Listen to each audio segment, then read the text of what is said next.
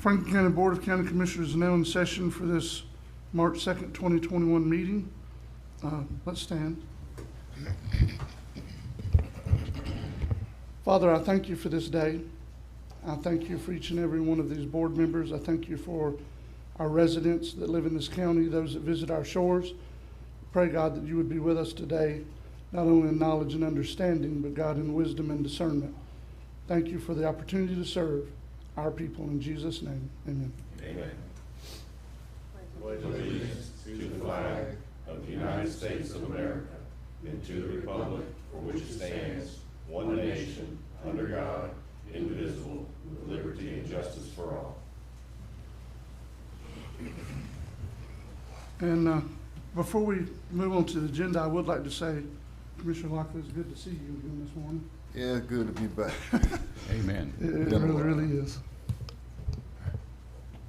So next would be approval of minutes for the February 16th, 2021 meeting. Mr. Chairman? Yes. Just one correction. In those minutes, the runway at Apalachicola Regional Airport is designated as runway 624 relative to the long-range planning proposal there, and it should be runway 1836. So it's a typo? It is. It appears to be. And that's written with 18//36. Right. Okay. Let me ask a question. I understand what Commissioner Bullock, what was actually said at the minute. Was a mistake made in saying it? No, just which runway is being talked about. Yeah. Okay. In the minutes. Yeah, that's In what the I mean. minutes. Yeah. Yeah, it's hard to know that without going back, Michael. Yeah, I see what you're saying. Yeah, because Yeah. the clerk would type what we said, not necessarily what was right or wrong. Right. Okay. Okay. So we'll correct that then at 1836? Shouldn't be a Okay. problem, sir. Thank you. So do we have approval of minutes? So moved. I have a motion by Commissioner Ward, Second. second by Commissioner Bolt. Any more discussion before we vote? All in favor? Aye. All opposed? That's unanimous. Jessica. All right, so next will be payment of county bills. So moved. Second. We have a motion by Commissioner Lockley, second by Commissioner Parrish. Any discussion before we vote? All in favor? Aye. All opposed? That's a 5-0 vote, Jess. Next would be public comments on non-agenda items. There were no, you have one speaker card, Commissioner, in front of you, and that For was for later? the actual public comments later. There were no speaker cards for public comments this morning. Okay.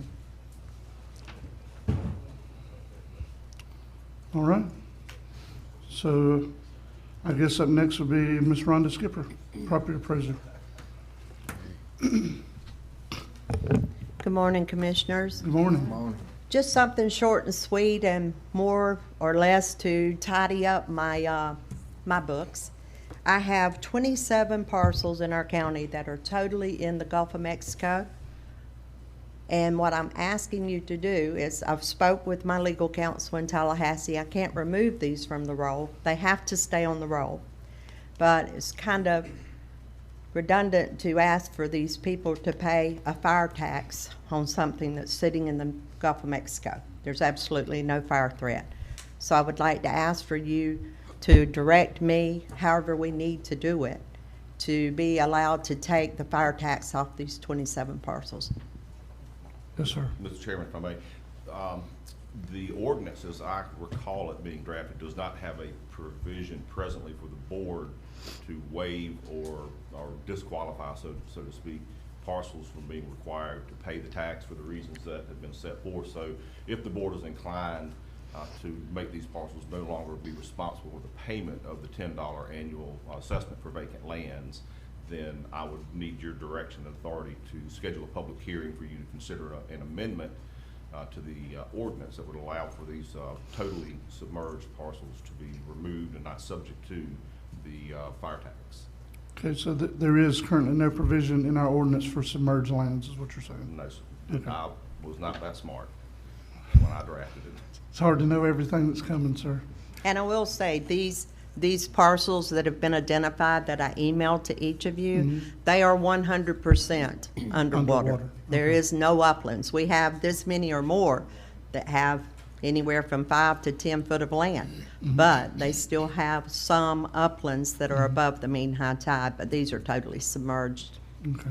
So, Attorney Schuler, what you were saying to us, if we try to do it, it would be better to identify it as completely submerged, or, you know what I mean? Yes, sir. I've had this discussion with the property appraiser, and she had already anticipated my concern, because I didn't want us to get in the slippery slope where you had parcels that were partially submerged also being exempt.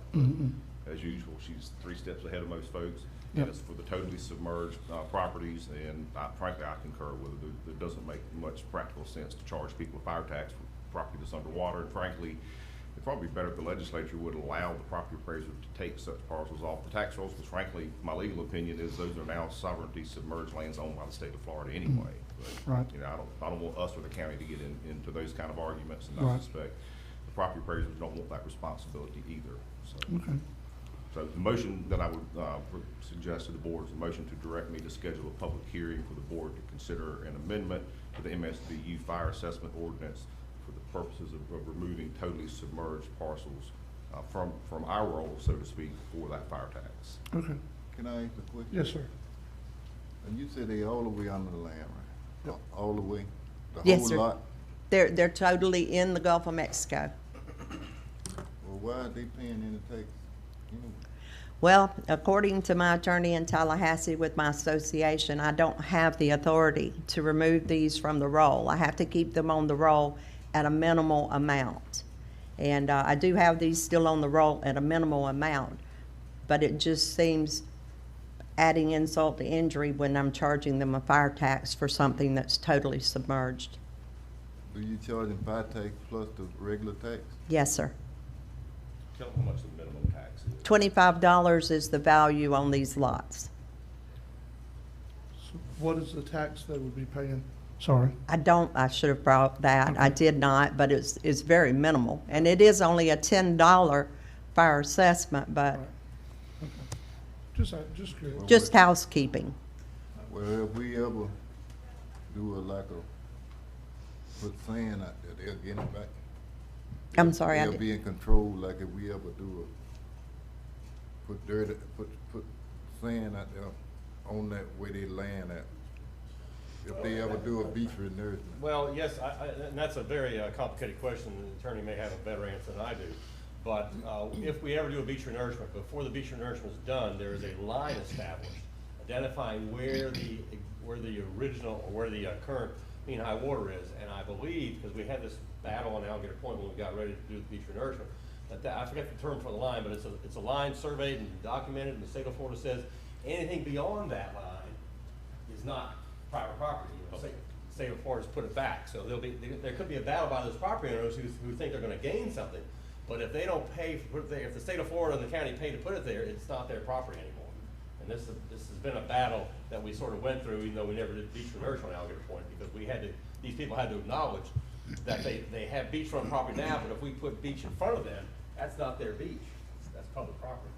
So the answer is that they may not get it back. Now, I'm not saying what the ultimate outcome would be legally, but the position the county would take is that if we put the beach back, it's our beach, not their beach. That's number one. The number two thing, Commissioner, I just want to say, it's most likely that these properties that are underwater, and I haven't checked the valuation, not the valuation, but I haven't checked the record. They probably haven't been paying their taxes anyway. There are probably liens on the property. So it's not as if the fire department's going to lose revenue. These parcels probably have just not been paying the tax anyway. So the clerk's office is going through this process of putting a lien on there that, you know. No, we did away, Marcia Oh, did we? Johnson Okay. did away with that process a few years back, Alan. Now the assessment for the MSBU goes on their Oh, okay. tax bill. I'm sorry. Then I'll strike that. Because it was very burdensome for the Right, clerk's right. office to, literally, there were hundreds of those liens, I think. I think we probably have a better collection rate now than we did then. And Commissioner Lockley, your question is astute. It's also complicated. Just because these lots are totally underwater, I mean, there is an argument that could be made that the property could be recaptured, but it would have to be on a case-by-case basis. Typically, when the erosion is slowly and imperceptible over a long period of time, then they lose ownership. if a hurricane comes through and washes away your lot, you do have an ability to recapture your property. Now, I've not made an analysis of any of these parcels as to how they became totally submerged. So if someone wants to make a challenge, then we would just have to litigate it on a case-by-case basis. But I think as a general rule of thumb, you can rely on the fact that if it's totally eroded slowly and imperceptibly over a period of time, and we know what the erosion rate is down at Alligator Point, then my opinion is they've lost ownership. Whether we re-nourish artificially or not is not going to let them recapture ownership of that eroded And property. I don't know, Ron, if you said this, but the properties are generally Alligator Point and Dog Island. Yes. Generally, so those, we definitely know there's erosion Yeah, problems. those are the only two That's- geographic locations. Right. correct. Like I say, there are quite a few between East Point and Carabel that have severe erosion, but they still have a small amount of land that they can claim. So I didn't include anything that wasn't 100% in the ocean. And Mr. Chairman? Yes. Just thinking also, there, of course, is a distinction here between the fire tax and the MSBU. The MSBU, is that correct? It goes Same thing. partially? It's the Same thing. Same thing. Six of one, half dozen of another. So, and I understand, obviously, the submerged land issue and the fire tax seems to be a contradiction, but is there a responsibility for the property owner to, change the designation of their property, perhaps even turn it over to the county in some way? Otherwise, it's not that much money, but there is revenue there for our fire departments, and it seems like that we want to be remembering that we don't want to lose that money. I don't know for sure, Commissioner Bolt, but I would think if they wanted to surrender it to anybody, it would probably be the state of Florida since it's underwater. I mean, I don't know that to be accurate, but Okay. Several parcels on Dog Island that were previously severely eroded have been deeded to the Nature Conservancy and used as a tax write-off. However, $25 value is not a very good No. tax write-off. No, it's not. So, okay, so pleasure of the board. I make a motion to direct Attorney Schuler to amend the ordinance so that Ms. Skipper can get her books all cleaned up for her purposes. I'll second that. All right, so we got a motion by Commissioner Ward, second by Commissioner Bolt to allow Attorney Schuler to schedule a public hearing to address this issue. Is that correct? Correct. That's the way I understood it, okay. All right, any more discussion before we vote? All in favor? Aye. Aye. All opposed? That's 5-0, Jessica. thank you, Commissioners. Thank you. I just want to Thank you. clear the record, though, for the record. So once we go through the public hearing, we amend the ordinance, we do it, are these automatically written off, or you want to come back and then have a separate motion to get that done? Here's my initial thought since yesterday when I found out about this. But I would think the process and the structure that I would recommend to the board is your property appraiser comes back to the board subsequent to the adoption of an amendment to the ordinance. She would then notify you in writing or by presentation that the following parcels are totally submerged, and she recommends that they be removed from the fire tax. And then this board then would make the final decision whether to remove them based on the information from the PA. Okay. And I say that without having spoken to the property appraiser or the board really about that, but if we're going to do some of this live, that's my thought process, Yep. Mr. Merle. So the public hearing would be just to address the submerged land issue. And that could be, because the ordinance doesn't become effective until it's filed with the state, and that takes, a day or two to process. So I'm thinking public hearing and then the meeting following that, Okay. the board could take action. One more question. Yes, sir. If they got any kind of account from when they was full lot to full submerged? Most of these began eroding in hurricanes back in the late 1990s, began eroding. Some washed away back in actually some of these began washing away even prior to that. And hurricane after hurricane has just eventually totally taken all of these. Thank you. Thank you, Mr. Rundle. Thank y'all. All right. Up next is Department Director's Report. Superintendent of Public Works, Mr. Howard Neighbors. Good morning, Commissioners. Y'all hear me? We hear you just fine. Go ahead, Howard. Hope all y'all doing well. I have nothing for the board this morning. Mr. Chairman, Yes, sir. actually, he does. Okay. Hey, Mr. Howard, this is Michael Schuler. Pruitt Street over in East Point on Island Drive, you and I have met with Mr. Morone several months back to discuss Pruitt Drive and whether or not the board should be maintaining that road. That conversation took place in the context of there were other roads people were wanting the county to maintain, but they weren't on the road department list of roads approved by the board. Turns out that Pruitt Street is also not on that list, but you've explained to me a certain amount of maintenance and that the road department's been doing on Pruitt Road. So I need you to talk to the board, explain to them, you know, the level of maintenance that we've done on Pruitt Road, the length and the width, and the type of maintenance and how long the road department's been maintaining Pruitt Road, because the board needs to make a decision whether or not to add Pruitt Road to the road list that this board approved back, I think, in '96. So with that, you have the floor, sir. Yes, sir, that's correct. We've been maintaining Pruitt Street for years. And the road is exactly 630 foot long and it's about 30 foot wide. And how long have we been doing this? I know at least 20 years, maybe longer. Okay. Well, it belongs to us. Do you have any understanding why it was not on the road list approved in '96? Because I know you were here in '96. No, sir, I can't answer that question. I don't know. I know that we've been maintaining it for years. So. Okay, so we have regularly and continuously maintained this for more than a 4-year period? Yes, sir. What it was, we wanted to cut some of the shoulders off the road, and we wanted to get to see how wide the road was. So we pulled it up, we called Mark over there, and he said, well, that road here ain't even on the map, so, on his record, so that's where we run into this problem at. Okay, and with that information, from Howard, with the road not being on the list, I instructed him not to do any more maintenance on that road until we could bring the matter back up to the board.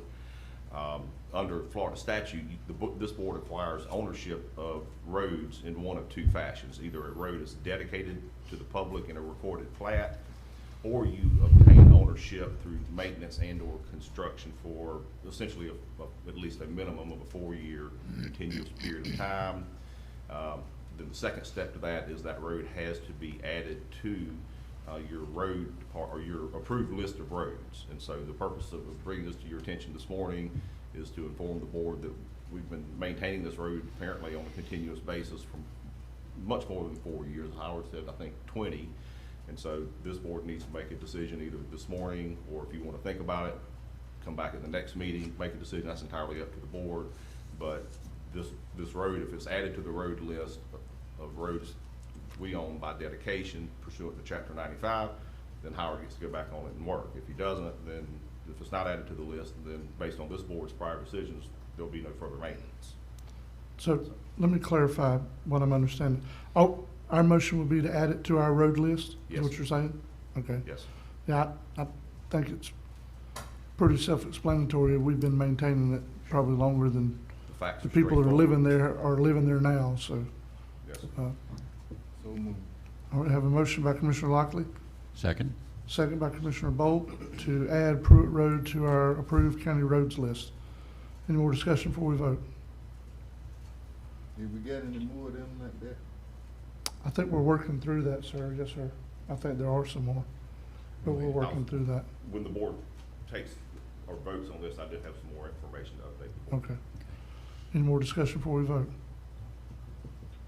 All in favor? Aye. All opposed? That's 5-0, Jessica.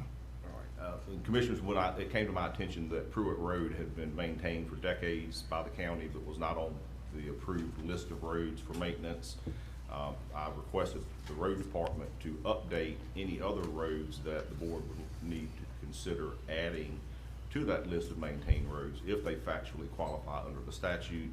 I met with Ms. Virginia last week on that list. There's some more work that needs to be done, polishing. Alan, you'll remember who said that we need to polish on this a little bit more to come up with a, yes, it was that.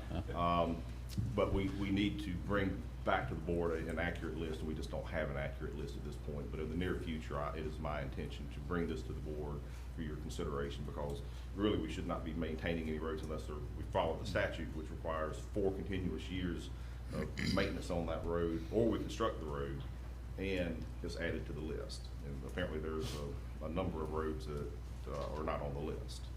And Commissioner Lockwood, and this list was generated by Joe Hamilton, who was a county engineer for I say a number of years, but 10 years or so. And Joe Hamilton worked in this office, and while he assisted the road department, and he was stationed here and did stuff for the board, but was not intimately involved in all road maintenance. So I suspect this was going to happen at some point, that Joe Hamilton created the list. We thought it was accurate. I'm sure he went over with the people of the road department at the time, but you know, it was a list that he was working on and not a list that the road department generated. And so now we're sort of going back and making sure that all the small sections of roads that maybe the road department worked on that he didn't know about, you know, because he did it. He did the list in a very short time period, a couple of months. So there may have been things that were not needed maintenance in that short couple of months when he was working on the list that now have come to light. So. Right. And Miss Virginia has reported to me that there are a number of roads that are on the list from 1996 that need to be removed because we've ceased maintaining them, basically at the property owner's request a long time ago, just depending on, you know, different roads were abandoned for maintenance at different periods of time.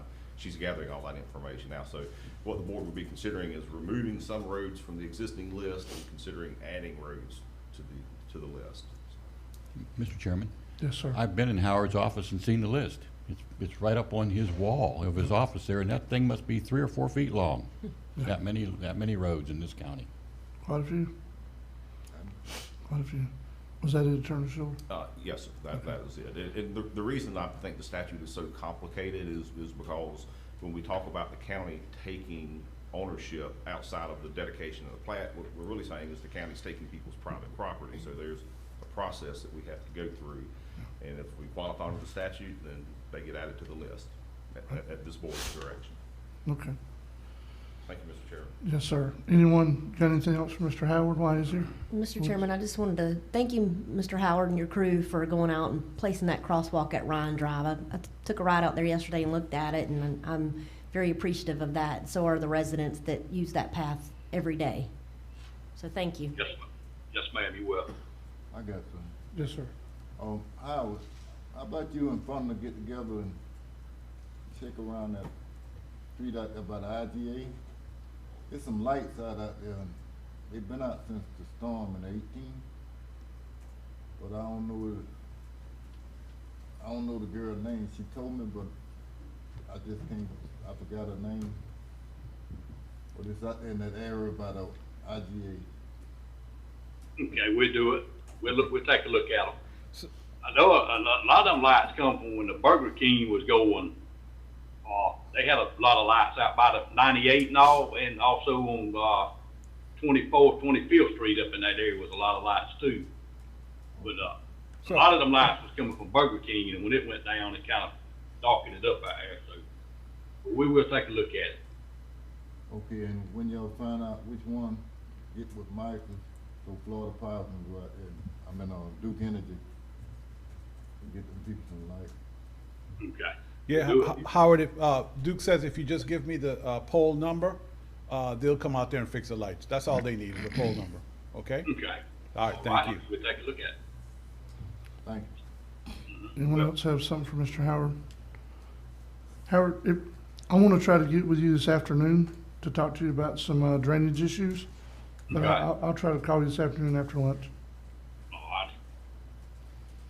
Thank you, Howard. You will. All right, up next, Solid Waste Director, Mr. Fonda Davis. Yes, good morning, Commissioners. Good morning. I have a couple of items on my report this morning. The first item is exploring universal collection countywide. You see the attached letter from Ms. Nancy Paul outlining the scope of service for the purpose of exploring universal collection of solid waste and recycling in Franklin County. Action is Motion to accept compensation for task on an hourly basis plus travel and reimbursement for expenses directly to the project, including office supplies, meeting refreshments, or in the event of virtual meeting, with the support of county employees to conduct virtual meetings. I have a question. Yes, sir. Hopefully you know that, I don't know who knows the answer, but we need to find out. So is this something funded, this proposal, is it coming out of your budget? Is it coming out of professional services? How are we doing this, potentially? Yes, out of my budget. Okay. I will say this, on behalf of this board, since I represent the way in the fashion I do now, I have reached out to some people in Wakulla County where Miss Paul resides. Yes. Kind of, not really to, not trusting her, but don't know her. But she was one of the people that helped Wakulla County institute trash pickup countywide. And from talking to one of their commissioners, 3 or 4 times in the last several days, they said, Ricky, when I was just a private citizen, not on the board, because this was 10 or 12 years ago, I was diametrically opposed to mandatory trash pickup countywide. He said, but looking back as a commissioner now on the board and as a citizen, it's probably one of the best things Wakulla County's ever done. So, I think this is a right move forward. We can't really know what we're talking about until we get numbers and data to look at. So I'm in favor of it, but I'm just one person. So moved. We have a motion by Commissioner Lockley, Second, second by Commissioner Bolt. to the Mr. comment. Chairman, Yep. I haven't seen the contract that Mr. Fonda's talked about this morning. Mhm. From his presentation, it does not sound like there's a cap or any limitation on these refreshments and travel and things of that nature, which concerns me a little bit contractually on behalf of the board. We probably need to review this and discuss with Mr. Davis, what his expectations are from this service provider if the board approves it, and have him involved in pre-approving any of these additional expenses with some type of a cap. I'm not suggesting what the cap should be, because that's going to be on Mr. Davis. He's the department head. But just to protect the board's interest, I would like the motion to be contingent on my review of the contract. Okay, I amend my motion for the lawyer to look at it. And I'll amend a second with a comment. Okay. Go ahead and make your comments, sir. I just wanted to observe that the city of Carabel had a public hearing about 2 weeks ago relative to universal trash collection there in their city. So, here comes an opportunity potentially for some compatible, symbiotic relationships between the county and the city entities. I will say, before we vote on this, Turner Schuler, that what was sent to us has a not to exceed $3,500 amount in what it is. And I'm not saying we shouldn't do what we're doing, but there is language like that in there. Oh, yeah, I was aware that there was a cap on the total fees, but there's additional costs that I'm hearing would be above and beyond the 3,500. That's what I want to explore with Mr. Okay. Davis, to make sure that, if there's some material difference, he'll need to bring this proposal back to the board. Okay. But if it's I think we can work it out. Okay. Any more discussion before we vote? All in favor? Aye. Aye. All opposed? That's unanimous, Jessica. Go ahead, Mr. Fonda. Okay, thank you all for that. Next item will be fleet surplus sale. Currently, we have a 2000 Chevrolet Blazer, a 2004 GM pickup, and a 2001 GMC pickup. These vehicles has been replaced with more reliable vehicles in our department. I'm asking for a motion to sell the surplus vehicle. So move.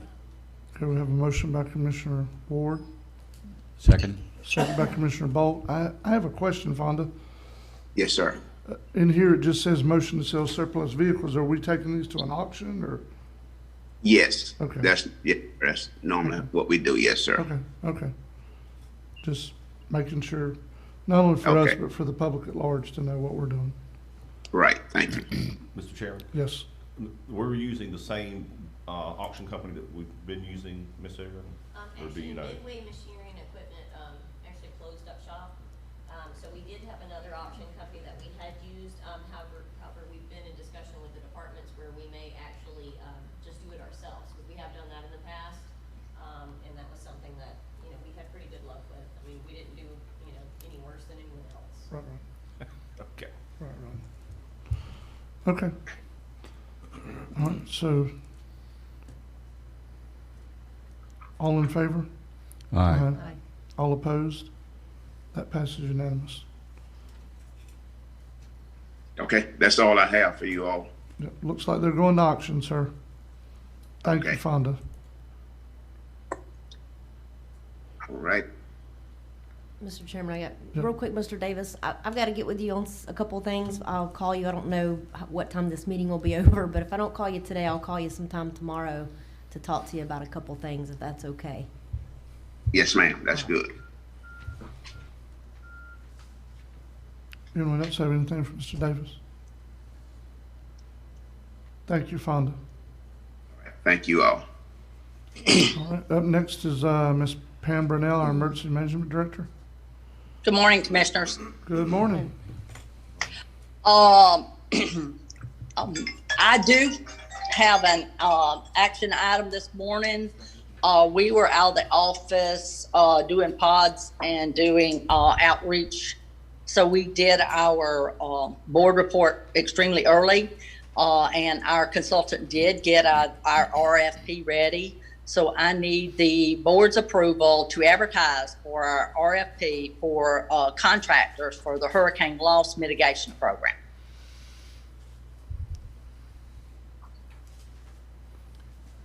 Oh, I would so move that. We had excellent experience the last time we did this. Ms. Pam, do you want us to approve putting together For an me, RFP? to be able to advertise. Okay, okay. I'm just clarifying. And Pam, just to clarify, so the hurricane loss program is I know it's a FEMA funded, but what does it do? It's not FEMA funded, Alan. It's state funded. Okay. What we do is put roofs on Okay, all right, and that's, shutters. all right. It's for private property, okay, I just couldn't remember what it was. All right. Yeah.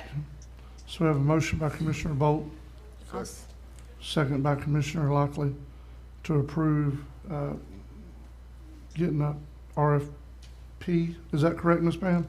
RFP? Yes, sir. Okay. For the hurricane loss mitigation program. Any more discussion before we vote? Yeah, so that means you're not taking application now? No, sir, we're taking applications.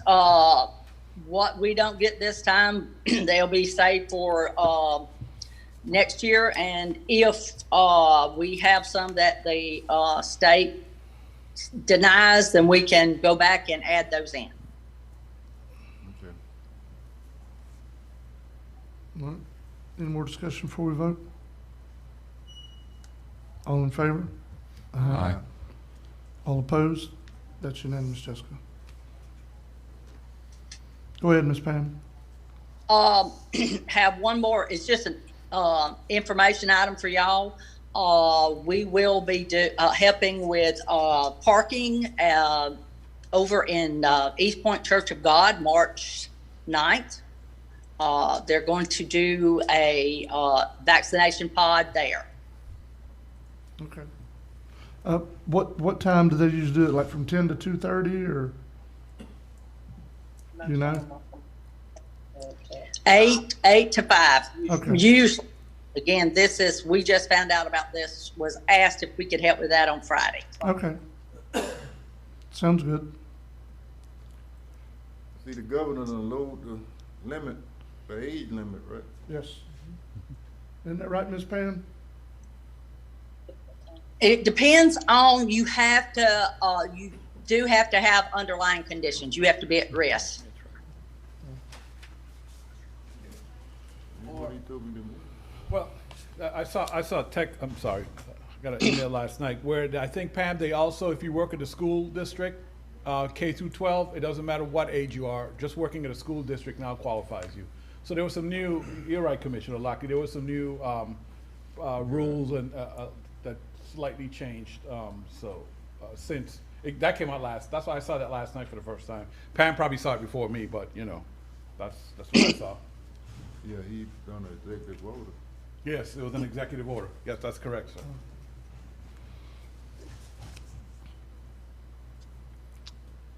All right, anyone have anything for Ms. Pam while she's here? Ms. Pam, thank you. Thank you. All right, Ms. Whitney, Roundtree, Library Director? Eric? You forgot. Did I miss one? Eric? I did. I scrolled past it, sorry. Mr. Leftstrand, go ahead. Thank you, no problem. Good morning, Commissioners. Good morning. I like that commitment. I don't have anything extra for you today as well. I wasn't intentionally trying to skip you, Mr. Eric. I was scrolling through the iPad. That's the way it works, I guess. No worries. Mr. Eric, I would like to ask you a question. With 4-H and stuff that runs in this county under your guys' direction, I'm sure that's been limited because of COVID, but are you starting to see any return to normalcy with that program?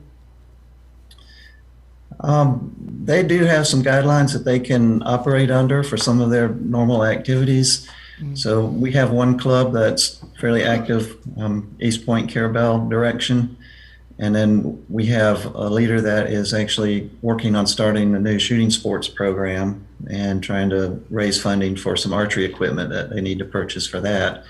So they're doing things, but still not, it's not at the level that they have been in the past. A lot of the statewide events that were big gathering type events, those are not happening in person, of course. And the summer residential camping program, which was always big for kids in our county to go to, they're not able to go and do overnight camping stays again this year. They're already saying that this summer they won't be doing that. They are establishing some day trip kinds of programs that will take place at the camps, so they can be there in a daytime setting and distanced and outdoors kinds of things, but not any overnight residential camping. So there's still some hobbling, going on with the program, but they're chugging along like everybody's trying to do the best they can. Yes, sir. Well, thank you for that update, because that's a very good program for our children, our youth. So I was just wondering how that was going. Does anyone else have anything for Mr. Eric while he's here? Mr. Eric, thank you for your good work. Keep it up. Thank you guys, appreciate it. Mr. Chairman, before you move on, let me correct a statement I just made, so I don't get an angry call from Pam or her office. So, I was wrong. The K through 12 employees, you have to be 50 years of age or older. Same thing with sworn law enforcement officers, 50 years of age or older. Firefighters, the same thing. So the new magic number now basically is 50 years or older, okay? Now, healthcare personnel, with direct patient contact, there is no age limit. That's the one that doesn't have an age limit, okay? So, saving myself a call. Thank you. Okay, sounds good. All right, so up next will be Ms. Whitney, Roundtree, Library Director. Good morning, Commissioners. Good morning. No action items for you today. Any questions for me? Anyone have any questions for her? Ms. Whitney, I have a side note from stuff at the actual library. On the library property, I'm understanding that the drainage issues finally got fixed at the library in East Point. Yes. Unfortunately, I wasn't here during those conversations. I had to quarantine for a few days. We were waiting for my kid's COVID test to come back. The property is actually owned by the Friends of the Library. It's not county owned. I believe Michael talked to Miss Pam, and then Howard, and then came out and dug out the ditch there so the water could drain to the back of the property, alleviating the situation with the neighbors there. Well, thank you. I appreciate that. I know it's been a long-standing issue, and I hope everything goes well with you and your child. Oh yeah, everything came back negative. They're back in school. We're good to go. Thank you. Well, that can be interesting now. So this is just a personal side note. When my whole family had COVID back in August, September. Our daughter never had COVID positive test. She got tested 3 times. But when she gave blood at the school in December, one blood sent her a letter saying she had antibodies in her blood. So she's had corona, but she's not had any symptoms at all. And she's never tested positive. So I can't say how it happened, but I can tell you I know it's true. So, but anyway, we'll all get past it. Anyone else have anything from Ms. Roundtree while she's here? Whitney, thank you. Keep up the good work. Thank you. Mhm. Bye-bye. Up next, Mr. John Solomon, coming to discuss with us a National Volunteer Week proclamation, among other things. Good morning, Commissioners. morning. I always say, and I tell Michael, when this isn't as TDC Director, this isn't as Chamber Director, this is as just John Solomon. National Volunteer Month is coming up in April, and each year I like to ask the Commission to approve a proclamation thanking our volunteers in Franklin County. Especially this year, the volunteers, just like everybody else, have gone the extra mile to try to help out with the different COVID-related issues and trying to be available as well. So I think Michael has provided the proclamation for the County Commission. I don't have a copy of it with me today.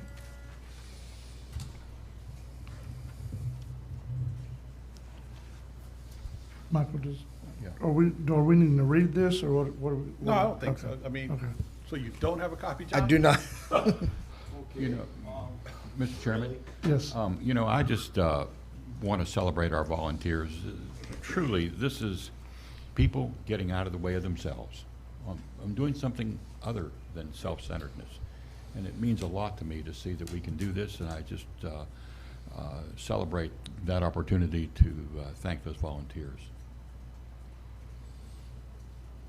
I'm trying to find it for you, John. Hold on one second. And I can read it if Are you you need talking it. about the actual It's right here. proclamation itself? It's on our iPad. Yeah. Yep. Would you like? It's I'll get it for him eventually here, Commissioner. Entire packet. I've always asked Michael in years past if he could handle it for me, so. Yeah, it's right here. Yeah, if one of you guys have it, you guys will get it quicker than I probably will over here, so. You have any iPad, Commissioner Bolt? Yes, sir, I do. Yep. Want me to read it? Yes, sir. Okay. That'll be fine. This is National Volunteer Week, April 18th through the 24th, 2021. Whereas the entire community can inspire, equip, and mobilize people to take action that charges the world and changes the world. Whereas individuals and communities are at the center of social change, discovering their power to make a difference. And whereas during the week of April 18th through 24th, 2021, all over the nation, volunteers will be recognized for their commitment to service. And whereas giving oneself in service to another empowers the giver and the recipient. And whereas our country's volunteer force of 63 million is a great treasure. And whereas volunteers are vital to our future as a caring and productive community. And whereas a volunteer saves, on a national average, $27.20 per hour for the organization it volunteers for. Whereas in Florida, volunteers save the organization it volunteers an average of $24.93. Whereas during the past year, many volunteers were faced with the same challenges as the rest of the country, but still gave of themselves to make our community better. Now, therefore, we, Franklin County Commissioners, do hereby proclaim April 18th through 24th, 2021, National Volunteer Week in Franklin County, and also urge our fellow citizens to volunteer in Franklin County. Also, we urge others to recognize those who serve by tirelessly sharing their time and talent to those in need. Thank you, Commissioner And it's Bolt. signed today. So moved. Have a motion by Commissioner Parrish, second. second by Commissioner Ward. All in favor? Aye. Aye. So that was us proclaiming April 18th through 24th of 2021 to be National Volunteer Week here in Franklin County. Thank you, Commissioners. Thank you. Proceed with your TDC stuff, sir. All right, thank you Change very hats. much. Put that other hat back on, that's how I became bald. First, I would just go over the informational items we have, which is only one. The December 2020 collections were $67,724.30. That's compared to December 2019 collections of $52,526.91. That's a $15,197.39 increase, which is basically a 28.93 increase over the previous year. That's the highest collections by that number. Last year was the highest collections we've ever had in December, and 2020 is now the highest collections we've ever had for the Franklin County TDC. Very well. That's great. That's, what's amazing to me is how we continue to do better than we did the year before. Well, I think it speaks directly to the efforts of you as administration, the people that work for you, the vendors we have hired, the team that we have representing Franklin County. We don't often see the results because they're not advertising here, they're advertising outside of here. Well, one thing, Commissioners, I can say that we have an excellent team that's dedicated because of the love they have for Franklin County. It's not just a job for them. They actually generally love Franklin County and love seeing it grow and reap the benefits of what we do. Yes, sir. The second thing is I have action items. It's 3 parts, but one action item. It's for the Maritime Heritage Museum, as instructed by the board, to get things moving, to get it open and operational this spring. The first thing we had to do was we had to get a camera system out there at the museum, and that would be your first item A. Received a quote for $9,675 from Premise Network Solutions for the camera system to be installed at the museum. This quote also includes a web camera that will be shared on the TDC website of the Bay, and of course 10 additional cameras inside and out. This also include recording functions. Once the internet is established at the museum, that we'll be able to view from cell phones or remote places. The second is received a quote from Cates Electric because one of the reasons we need the cameras is we had to replace all the lights on the outdoor of the building. That would be come in as a quote for $2,004 for labor and lighting. He's also donating some lights for the birding observation decks and the kayak launches in that. And then the last is received a quote from Eagle Tree Technologies in the amount of $7,803 for the outfitting and purchase of the digital displays, computer operating system, and viewing displays that will be used throughout the museum. Before we make a motion, I would like to say, in having discussions with John and what he's been instructed by this board to proceed with at this Maritime History Museum, Birdie Ward Landing Park, the reason you see that there's quotes here is because when I was talking to John, I said, John, we don't know where these dollars will come in at, and just to cover the board and the county, even though it's TDC funds, it's in your budget, I think you need to get quotes because you're talking about the purchase of goods instead of services. And if it's over 10,000, that's a whole nother thing for us to address. So that's why you see it the way it is, you know what I mean? So just to make sure the board's aware why we did it this way. It's not to try to slow things down, but just in case, I asked John to get quotes for all this stuff. And also to answer the question before I asked where the money from the budget is coming from, there's actually was installed into the budget 2 years ago, a reserve fund on the county side for your approval for usage and the intent purpose for when it was able to open the Heritage Museum. That's right. Mr. Chairman, do we have to make a motion on each individual item? No, A, B, C? I think we can do them all together. Okay. Mhm. I'll make a motion. Sorry, Attorney Schultz? Yes, ma'am, I believe you can make one motion. Okay, I'll make a motion. Okay. We have a motion to approve these quotes and proceed. Second. From Commissioner Ward, second from Commissioner Parrish. Any discussion before we vote? Mr. Chairman, if I may, Yes. I'm not sure if we need to do this or not. I guess I'll get advice here from Aaron and Attorney Schuler right now. But do we need to officially, as part of the motion, turn over the management of that building to the TDC? Because that's what's happening. I mean, they're basically going to manage this building henceforth. they'll have a TDC staff personnel inside that building, acting as a receptionist, helping people with the movies, the displays, starting the actual movie in the back room, the theater room, if that's what we're gonna call it. So, I mean, as they're doing this, would everybody be more comfortable? I would personally, but if you guys, just putting it out there in the record is good enough for the board, that's good enough for me. And it would be TDC administration. Right. You know, that way, if something happens and we're no longer the administration, the next administration would be yes. managing it. Yes. That would need to be a separate motion, but yes, that's fine. I mean, frankly, in my mind, when the board approved this as a nature museum using TDC funds originally, I kind of, in my mind, I've always thought that it was their baby to raise, but Yeah. no harm in making it Official. and clear on the record. Yeah, I okay. just, you know, I know TDC is throughout the state, is a very sensitive topic sometimes with money and funding and spending, so I prefer to cover our bases as much as we can if the board doesn't mind. Okay. I'll make a motion to. Hold on, we need to vote on that one Oh, first. sorry. That's okay. Any more discussion before we vote on the motion on the floor to approve these quotes?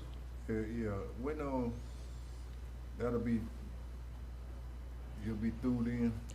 I bet that place will be through out there when you put these. Once cameras in. this is the first step. The next step, as soon as we get the approval here, I'm gonna be going out there with my vendors, Forgotten Coast TV and Bay Media, and we'll be doing storyboards and also videos and displays.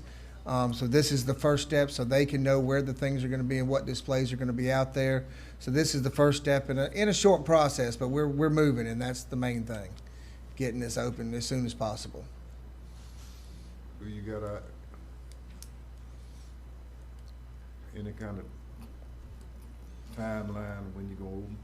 It's gonna be dependent on getting these installed. I'm hoping mid-May that we're doing a ribbon cutting on this thing. And that's getting everything done. Yeah. And that's maybe, you know, very aspirational, but, when it was asked by this board for me to get it open, I'm pretty much determined that's what it's gonna be. Yeah, what I'm trying to find out is when we gonna be able to finish this, complete this, and move on to another. I'm sorry. Move on to something else. Oh, we're currently moving on something, on other things. It's, this is, with us at the TDC, you know, there's multiple things going on at one time. So we've got some other ideas that, you know, we're wanting to bring to the TDC board and then to the commission for other things moving forward and getting it more infrastructure for our tourism and our residents. You know, those multi-use things are the best. So this isn't, this option was put in 2 years ago for y'all so that it didn't affect anything else we were doing as far as budgetarily. Well, the reason I'm asking, we got some land right down here, right by where that parking lot at. Mm-hmm. Across from the veteran place, we got a strip of land. Yes, sir. It'd be a good place for some bathroom, if y'all do bathroom. Definitely can get more information from you, Commissioner, and on that and bring it to the TDC board for sure. Yeah, cause you know, you got, the city got something lined up with the amount of people coming in town, you never have Enough bathroom, public enough bathrooms. public bathroom. But we got a piece of land, it's right down there by that pump station on this side of the street. Yes, sir. We'll check it out and talk about it. Yeah, definitely. We're open for anything because that's part of our purpose is to make the infrastructure more secure for the visitors we're getting. Because it's been proven we are getting the visitors. So, And it'll be in a good location down there because we got a lot of people go to that veteran park. Sometimes they have events down there. Sounds We good. won't have to be going in the bush.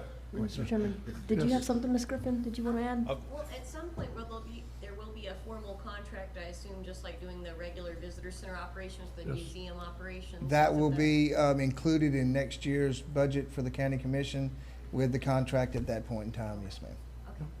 Yeah, well, if that's the case, then Attorney Schuler was right. We really don't need a separate motion to turn it over, because if we're gonna have a contract for it, like the clerk and Aaron are talking about, then the second motion isn't necessary. Okay, Thank you, ladies. all right.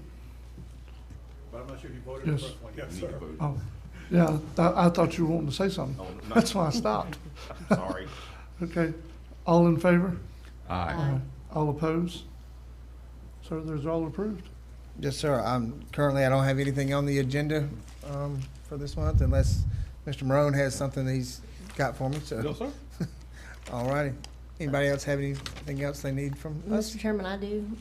Being that you're here, I'm gonna go ahead and address this now. I know we've got a public hearing today on animal control, but I just wanna make, for the record, a point for the people to know, because I've been reached out by constituents asking this question.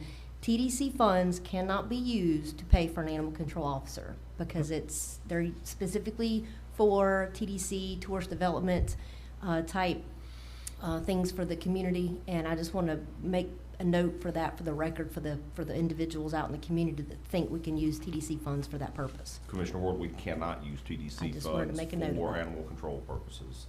Thank you. That's the general government service that has to be funded through ad valorem taxes. Right.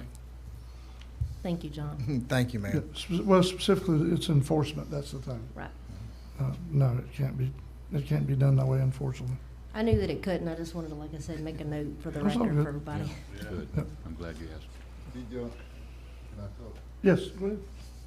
See, y'all bringing them in, we got to get them some facilities.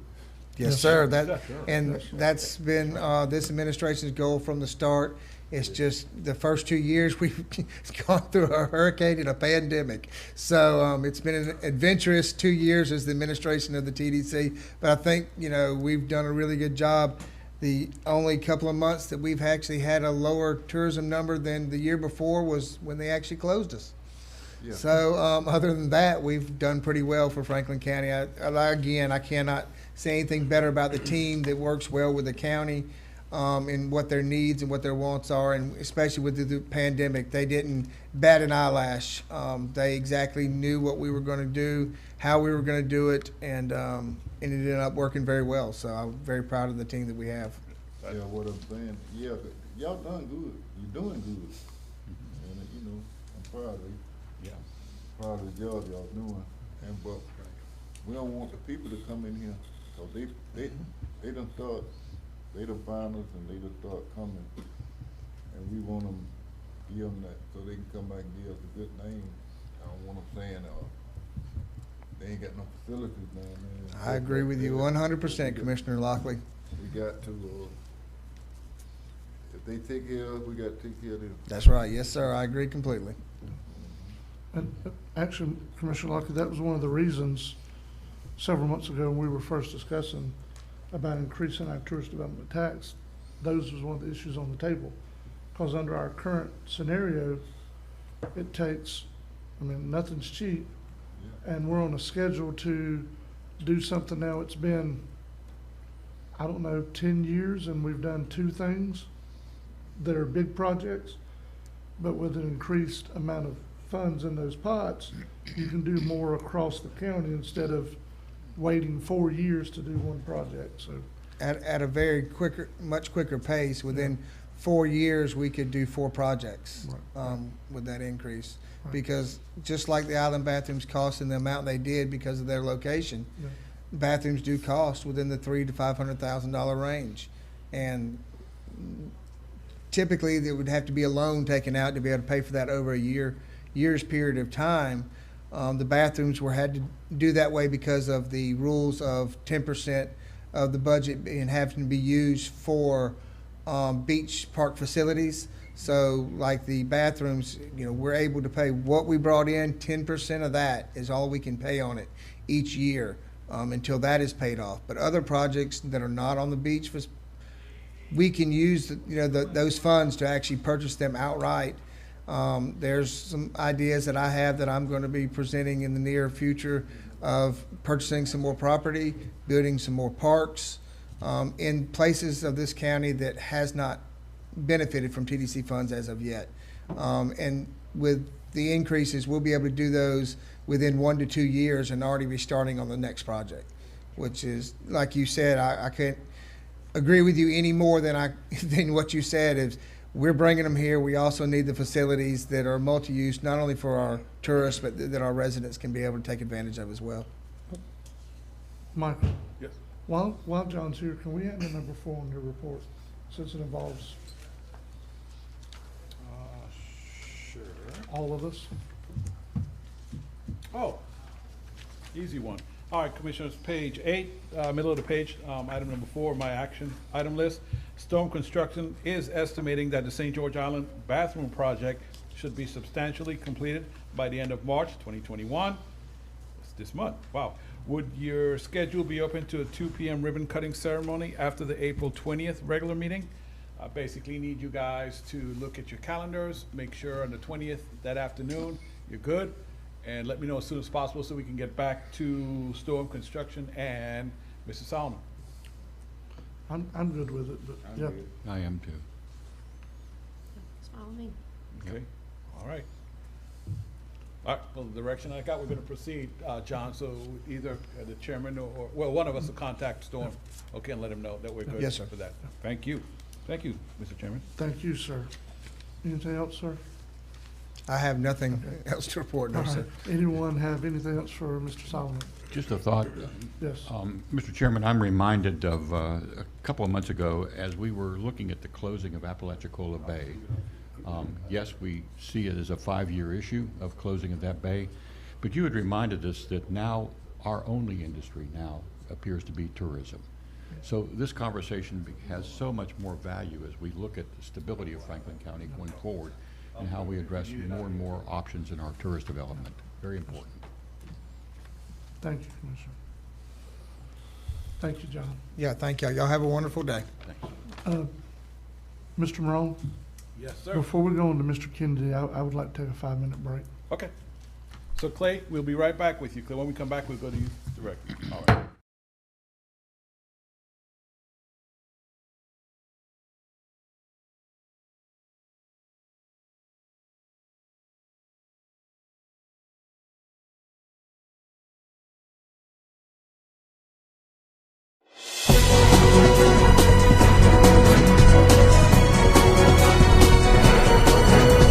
We have to admit somebody here in our hospital that may have coronavirus. We do have an isolation room. And our staff, you know, they follow the infectious disease control policies and protocols. If it wasn't coronavirus, if it was TB, you know, anything like that, you still have certain protocols we follow anyway here. Another thing I want to just tell the community, Dr. Conrad, is that, you know, we want to take care of our own here in our community. You know, we're here for our community. And we have a 3-tier approach, what we call a surge plan with alternate care site plan, meaning that if our hospital is at capacity here, you know, if this community have an outbreak with COVID-19, we will turn the main hospital into a 19-bed private room facility, and we will treat only COVID patients here. And then we will have the clinic next to the hospital. We will turn that into a non-COVID-19 patient wing there for 10 beds. And then once that becomes 50% occupied, we will look at the health department, partner with them. They have 10 additional rooms there. We will have that facility as a non-COVID patient wing for those patients that need to be taken care of. And then if we really busting at the seams, we also is partnering with the local emergency operations center. They have some temporary hospital tents that they can put out here on the property. You know, we can turn some additional rooms there. So we're looking to take care of, you know, what we can here in our community. We want to take care of the people here, Doc, during a crisis. Do you agree with that? What I want the community to understand, I'm so glad that we've got a chance to talk with y'all about this today. We are open 24/7. The staff is always here ready to take care of anybody. If you think you're having symptoms, if you're not sure, feel free to call. If you think you're having symptoms or need to be examined so that we can have a better handle on it, come in. We'll deal with it. We can deal with any surge that's coming along. We're certainly here ready to take care of the community. That's what we're here for.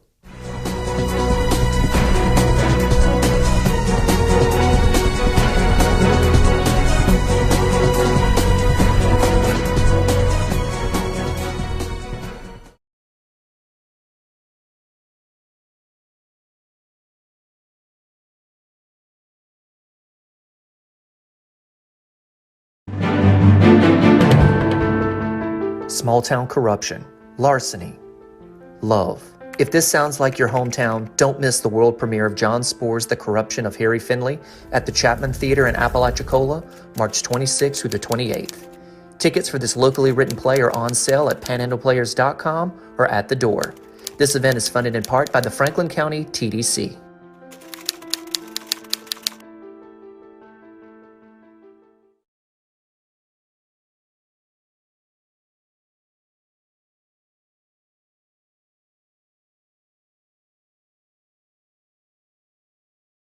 This is John Solomon, Executive Director of the Apalachicola Bay Chamber of Commerce. When visiting our beautiful piece of paradise, please make sure you visit our local shops, restaurants, galleries, and take some time to experience something different. Take a fishing trip or a tour with one of our experienced guides. Our neighbors and their businesses are the heartbeat of our community. Thank you for visiting, and remember to shop local, eat local, and fish local. This message is brought to you by the Apalachicola Bay Chamber of Commerce.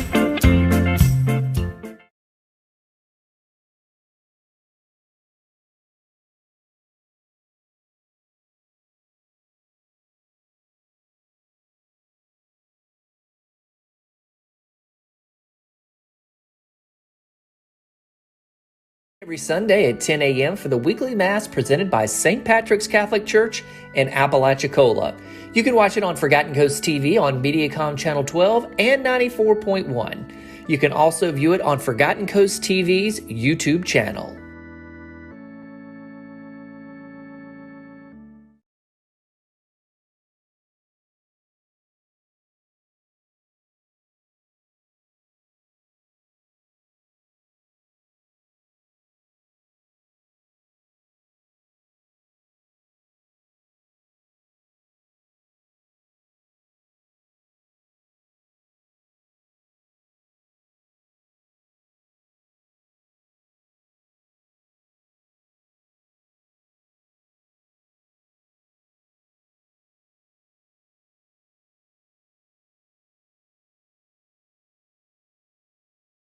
Be near the beautiful beaches of Franklin County? Tune in to Forgotten Coast TV, Franklin County's local cable channel.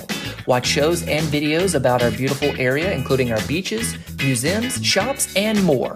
Watch it wherever you are on Roku and Amazon TV. Also, make sure you like us on Facebook and subscribe on YouTube. Forgotten Coast TV is Beachin' TV.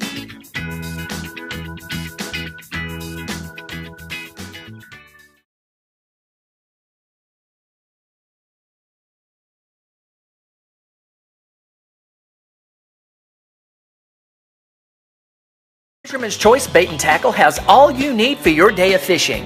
They have fresh and saltwater bait, an unmatched selection of mirror lures, and a wide selection of Berkeley Gulp, plus fresh and live bait and all the rigs and tackle you need for a great day of fishing, including brands like Penn and Shimano. They are also the only bait and tackle shop in Franklin County where you can get a fishing license.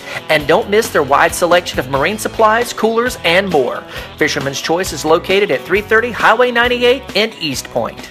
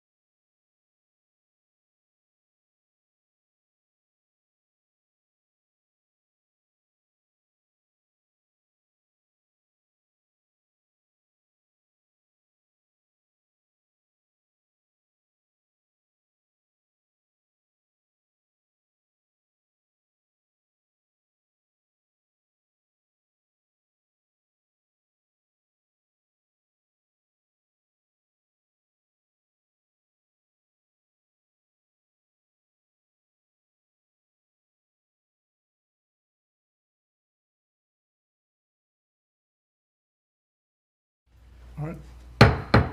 Franklin County Board of County Commissioners are now back in session. Up next is Mr. Clay Kennedy from Dewberry with project updates for the board.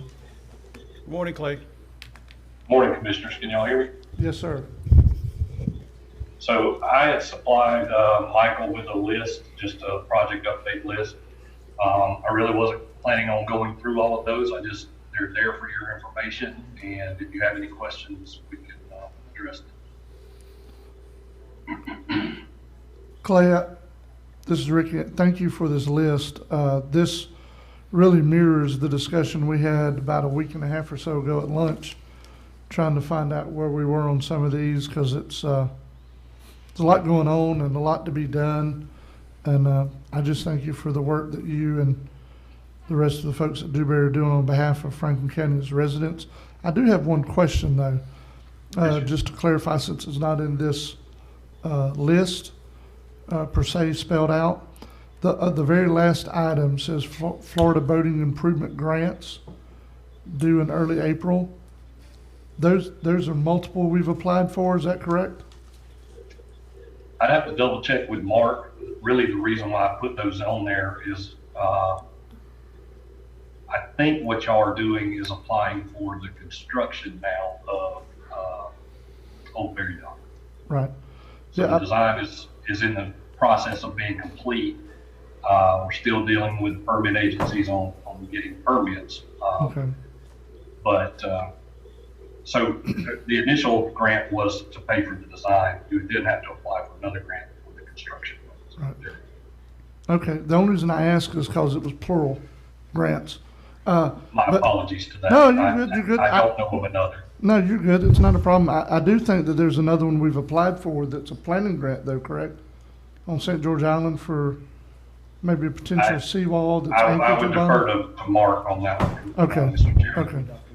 Okay. Oh, I'm sorry. I was going to tell Chris to tell you guys. Old Ferry Dock is designed. We're waiting for the permits, and then we applied for a grant to actually do construction. Right. Okay. All right. I just wanted to clarify that. Does anyone have any questions about some of this stuff? Mr. Chairman. Go ahead, sir. Hey, Clay. I wanted to ask you about this section at Route 98 and Route 30, just east of Carabel. On the water side, there's chronic washout there. It was started with Hurricane Dennis, and I believe it is a FEMA project. Right now, they're just dumping fill dirt in there. I think we're standing by for a formal repair of that area. Is that related into your list here, or anything you're aware of? In the other items, the second to the last, I believe Aaron and Alan had approached me that was an obligated funded FEMA project, but I don't have a proposal to present to the board just yet. I see that now. I'll have to talk to Aaron, but I think that we can probably make that happen before the next board meeting. Okay. And then if the board, or if the county so chooses to use me, I shouldn't jump the gun there, but. Yeah, Clay, this is Alan. Commissioner Bolt is correct. So the Gulf, you'll see down there, other item, Gulf Ave East of Carabel is a FEMA project. There was mitigation money involved in there, I believe, and it was just one of those ones that was sort of sitting on the sideline because it wasn't a in-county rebuild. Commissioner Bolt, we were going to have to get a contractor to go in there, and so it just got overlooked. So right now there are 12 projects that Clay has task orders for that they're listed there on that page 1, and then on page 2 there could be future task orders, and Gulf East C30 will be one of them. We just need to kind of get a few of these along the way, and then we'll get to that one. Okay. All right. Good. All of these have time extensions, and I forget now, Clay, what the date was, but they all have a time extension. Not that we want to postpone repairs, but we had to ask for time extension. We had so many things going on at one time. Right. And Mr. Chairman, if I could, so one thing that I would like to say is that really my focus the last several weeks have been on your sidewalk projects. Those grant applications were due last week. So I've been working with Mark on getting the information that he needed to get those in. Scrap CIGP will be due at the end of next week. So that's going to be the other part of my focus from this date moving forward. And then, of course, we're receiving bids on Alligator Drive hurricane repair. That has taken up a lot of my time trying to get that project out to bid, contractors calling, questioning things, just trying to make sure that they're bidding correctly on the project. And then another project that I've been trying to help Commissioner Ward with on Ryan Drive, and trying to get her cost of different options for potential repair of that double 24-inch RCP problem where the washout is. And I'm sure everybody in Franklin County knows what we're talking about. The last thing on that we're waiting on is some numbers from Roberts & Roberts to come back and see if they could do a similar repair that happened on North Fisherman. So that's really the gist of my report this morning. Sounds good, Clay. Thank you. And I did notice in reviewing these that it appears that there are 3 potentially that are going to be ready for going out to bids at our next meeting, March 16th. Yeah, I'm hoping to do that. Some of those may take a DOT review, so that's why I left it not a definite, but I'm hoping that next board meeting we can do that. All right. Anyone else have anything for Mr. Clay Kinsey? Mr. Chairman, I just Yes. wanted to thank you. This is Commissioner Ward, Clay. Thank you for your help in helping me try to figure out what to do with the Ryan Drive. I appreciate it. Yes, ma'am. Anyone else? Thank you, Mr. Clay. Thank y'all. And so, Commissioners, what I'll do, once a quarter, probably like this is March, the end of the next quarter, in June, I'll have Clay come back and provide another update as to where we are with these projects, so that the board and the public basically is, are kept abreast of the progress that we do on these projects. Because it's a 2-pager, as you can see, there are a lot of projects there, a lot of things we're working on. Yeah, I think that'd be good. Okay, and I think Clay, he's muted, but he's going to stay on for the opening of these. Okay. All right, so up next is the RFQ bid openings for Alligator Drive hurricane damage repairs. Right. Proceed. All right. So Commissioners, you do have your bid sheets there in front of you. So this is a participation project here. You all have to write some numbers down. Here we go. So there's a form that Jessica's made. It's straightforward. You have the amount you have to write down when I read it out, and then yes or no on the bond. I'll be honest with you, hope I can find the bond easily, but no matter what, we'll turn these over to Clay to make sure the bids are complete. But sometimes the bond is sort of hidden away in there. So they are in alphabetical order. The first one is C.W. Roberts Contracting. I have it here in my hand right now. Although actually, I tell you what, here you are. Why don't you, Michael, you can use this one. This is C.W. Roberts Contracting.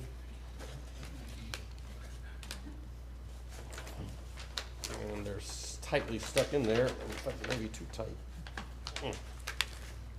I'll tell you what, they must have glued it in here. Give it to Attorney Schuler's granddaughter. She'll have it open in 5 seconds. There you go. Yeah.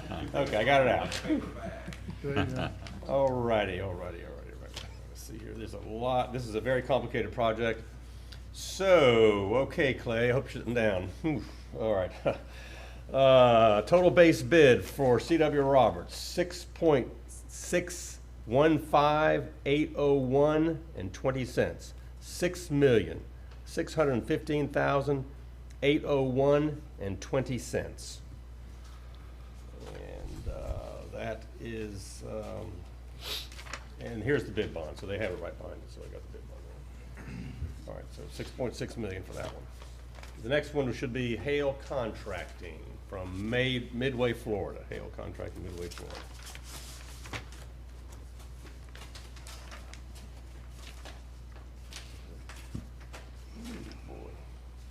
Okay, total base bid from Hale Contracting, $5,415,169.74. $5,415,169.74. And looks like here is that's the lobbying thing. I believe this is the bid bond. It's not the same form. so but I'll defer to Clay. And it's a requirement to submit it here. I just sometimes, oh, here it is on the back page. Never mind. It's on. Great. All right, that's number 2. Number 3 is Kiewit. Kiewit Infrastructure South, and they are out of Tampa, Florida. Kiewit.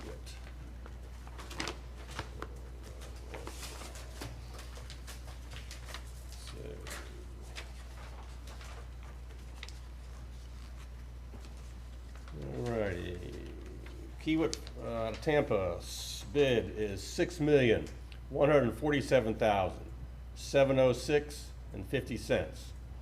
$6,147,706.50. Let's see if I can easily find the bid bond. Here's the bid bond. Okay. All right.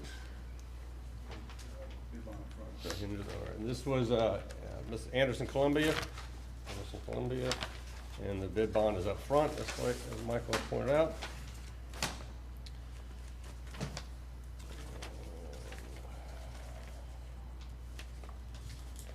Anderson, Columbia, $5,073,311.39. $5,073,311.39. And they do have their bid bond. Where do you And Anderson, Columbia is out of Lake City, is that what it's right? It's Lake City. Mariana, they say here. Mariana. Have another office. Yeah, I guess they did. And the last one is, oh, not the last one, okay, oh, you're right, North Florida Asphalt, North Florida Asphalt. Next one. Location. North Florida Asphalt is Tallahassee, Florida.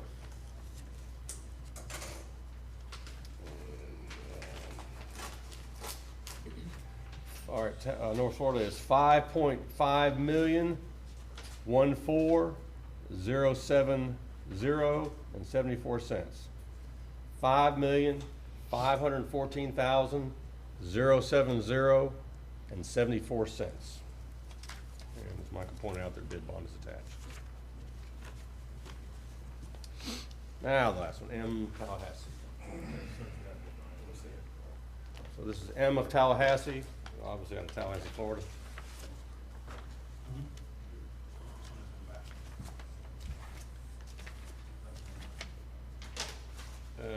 $5,760,675.67.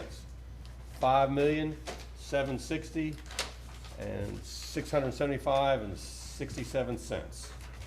And there's a seal on that, so it may be the bid bond right there, because usually you don't seal things. So I believe this is the bid bond here, because that's why it's sealed. But we will verify that the bid bond is available. Because Marco didn't find out yet. All right, so those are the bids, and I recommend you turn them over to Mr. Clay Kennedy. Here's the bid bond right here, as a matter of fact. All right. Clay Kennedy for validation and make sure the bids are complete. So moved. All right. Second. We have a motion by Commissioner Parrish, second by Commissioner Bolt. Any discussion before we vote? Yeah, all these companies, now they up to par? That is one of the reasons Mr. Kennedy is going to go through and make sure that the apparent low bidder is competent and qualified and has all the right information. They did meet, opening the bid, they have a bid bond and they have a low bid, so, I mean, yes, and they are all competent, qualified. They had to be certified in, and Clay, I forget exactly which categories, but they had to meet FDOT certifications in some of the categories, which is standard for county practices for all our road construction. So yes, the answer is yes. These are all large companies. Some of them we hadn't heard before, but no, this is a complicated project, and so Clay is going to make sure they have the capability of doing the job right. This job has a short timeline. I believe we put 150 days.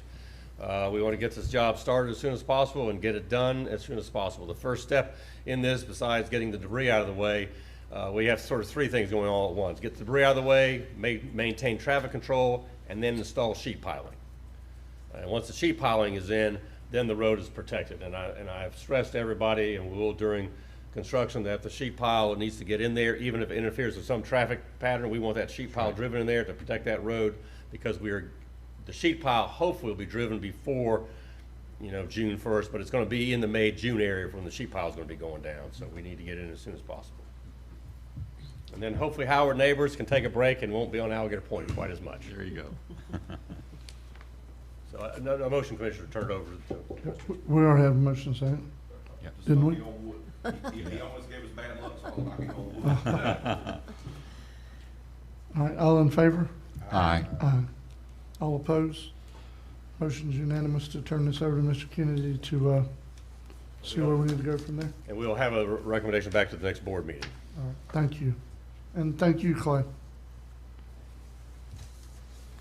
All right, so up next is a public workshop, discuss possible amendments to floodplain management ordinance. Yes.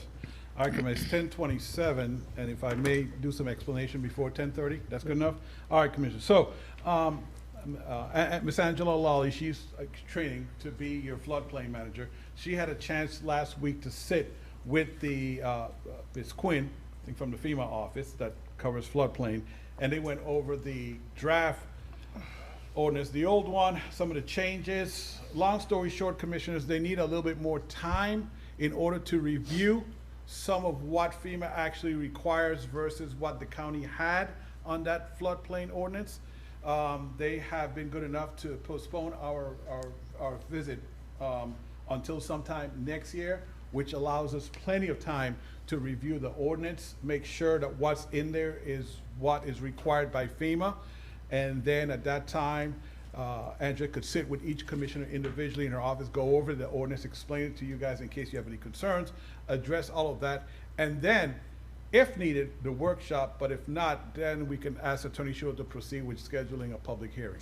So long story short, this morning I'm asking you guys to postpone this particular workshop for now until our staff and the state and federal office, whichever one it is, has the opportunity to do a lot more work on the proposed ordinance. And if the board is inclined, there would be a motion to table the workshop. And if not to a date, time, and place certain, but just to table it, and if we need another workshop, it will be re-advertised. I want to ask a question. Yes, sir. And I'm fine with what you're saying, and I know it's a process and we need to get it right. I understand that. I would be in favor of trying to handle it before June 1st, though. Okay. Before we start a hurricane season. Yes, sir. Because those are one of the things we're trying to, in my understanding, we're trying to correct in the ordinance. Yes. Is the 10-year rule. Yes. The adversely affected multiple residents. Yes. During Hurricane Michael. Yes. So that's my only comment. Okay, and I'll make sure that the staff is aware of that. Okay. All right. So move. All right, so we have a motion by Commissioner Ward. Second. Second by Commissioner Bolt. Any more discussion before we vote about tabling this workshop? Yes. Yes. Just clarification, Mr. Merle. Sir? The next step is Ms. Quinn is going to go through the current ordinance, which is in draft form for amendment, and she's going to redline and strike out anything that's not required by FEMA, and then return that draft to us, correct? Yes, that's Okay, correct. that was my understanding. I just wanted to know on the Yes, record. and explain further to Ms. Lowry what really the rule is and how it actually works versus what we have in the current ordinance. Sure. Yes. Streamlining and eliminating unnecessary regulation. Right. There you go. Thumbnail. Better. Thank you, sir. All right. All in favor? Aye. All opposed? That passes unanimous. So, Mr. Chairman, your public hearings are not scheduled to start until 10:45, so you have 15 minutes. You might be able to check with the clerk and any items she may have, and then go on to your fiscal manager, grants coordinator. Okay, let's do that. Madam Clerk? Good morning. I don't have anything to Okay. report this time. All right, thank you, Michelle. Ms. Griffin, fiscal manager grants coordinator / I don't know yet, but anyway, go ahead. Just slash. Okay, I do have a few action items for the board. We have a FEMA-funded recovery task order for CEI services for the repair of Alligator Drive, of which you all just opened the bids for. Franklin County has been working to repair the damage to Alligator Drive from Hurricane Michael, just earlier in the meeting, of course. We looked at those bids. The total eligible obligated project cost from FEMA is $5,583,530. The 75% federal share for this project is obligated at $4,187,648. The 12.5% state and county match for this project will both be $697,941. The funding for the county's match will be provided by a Florida Department of Economic Opportunity Hurricane Michael Assistance Grant. Dewberry Engineers has submitted a task order in the amount of $139,575 to perform the necessary construction, engineering, and inspection services to see the project to completion. This proposal is consistent with the FEMA cost curve specification for this type of project, and fees cannot exceed 3% of the construction cost. I recommend the board authorize the acceptance of Dewberry's task order number 8 for the CEI services relative to the Alligator Drive hurricane repairs. So move with comment, please. Okay, we have a motion by Commissioner Bolt, Second. second by Commissioner Ward. Commissioner Bolt, go ahead, sir. Do we have some money to pay this It's coming out of somewhere? FEMA. Coming out of where? It's coming out of FEMA funds. Out of FEMA funds. So. Yeah, it will be FEMA, and then also we have a Department of Economic Opportunity grant for our match as well. Okay, so essentially, so far, and what I'm hearing is that the county will not really be putting any money of its own in here. Is that correct? Well, we don't know relative that with yet. grants and with matching funds and Depends what on we're how, talking about here? depends on how it ends up, Commissioner. I can't do the It might math. look that way, but Aaron can probably do the math right now, but there is the $750,000 of DEO money. We set aside $650,000 for our 12.5% match. I don't know what the low, if the low bid is, let's just make round numbers. The low bid is $5 million. 12.5% of 5 million is 625,000. So we ought to be okay. But if there's any cost overrun, we only set aside 650,000 out of DEO money. So it's possible. We did actually set aside the full amount. So we have, well, we did 650 and 100,000 for 38. His Tom says maybe 50,000. Oh, anyway, Yeah. but anyway, the point is, there is a cap on the DEO money, and if there's an overrun or there are other costs that may not be eligible, it's possible the Ballpoint Trust Fund Yeah, is yours. that's what I asked. Okay. Is your outfall. Okay. So, But yes. you know, I just want to compliment, we really have sharpened a pencil on this and done some pretty serious math. And, you know, I mean, it's not like we're codependent upon the ballpoint, suddenly, the Ballpoint Trust Fund. No, you're not You're not. codependent for this repair. Right. But mind you, Rebuild. if the road gets damaged in some other place. Yes. And it's not a presidential declaration, you will be dependent on the Ballpoint Trust Fund. Yeah. That's your only funding source. Yeah. And I'm telling you, as soon as this wall is fixed, there could be a deflection of wave actions. Amen. To other places that can occur without a hurricane, and you're gonna be in a hole out there. I'm gonna keep saying that every time it comes up, because that road is not protected even after this $5 million. There are Yes. other places that have to be worked on. They usually go to the weakest point. It's gonna go to the weakest point, yes, sir. Yep. all right, so y'all ready to vote? Thank you. All in favor? Aye. All opposed? That passes. Okay, the second item is the approval of the ADA transition plan for accessibility of pedestrian facilities. Attached is the updated ADA transition plan for the accessibility of pedestrian facilities within the public right-of-ways as prepared by planner Mark Currington. This document is required by the Americans with Disabilities Act to be updated every couple of years and inventories the pedestrian facilities of Franklin County and notes any deficiencies for correction. It is recommended that the board approves the attached ADA transition plan. Okay, pleasure of the board. So move. Have a motion by Commissioner Ward, Second? second by Commissioner Bolt. Any discussion?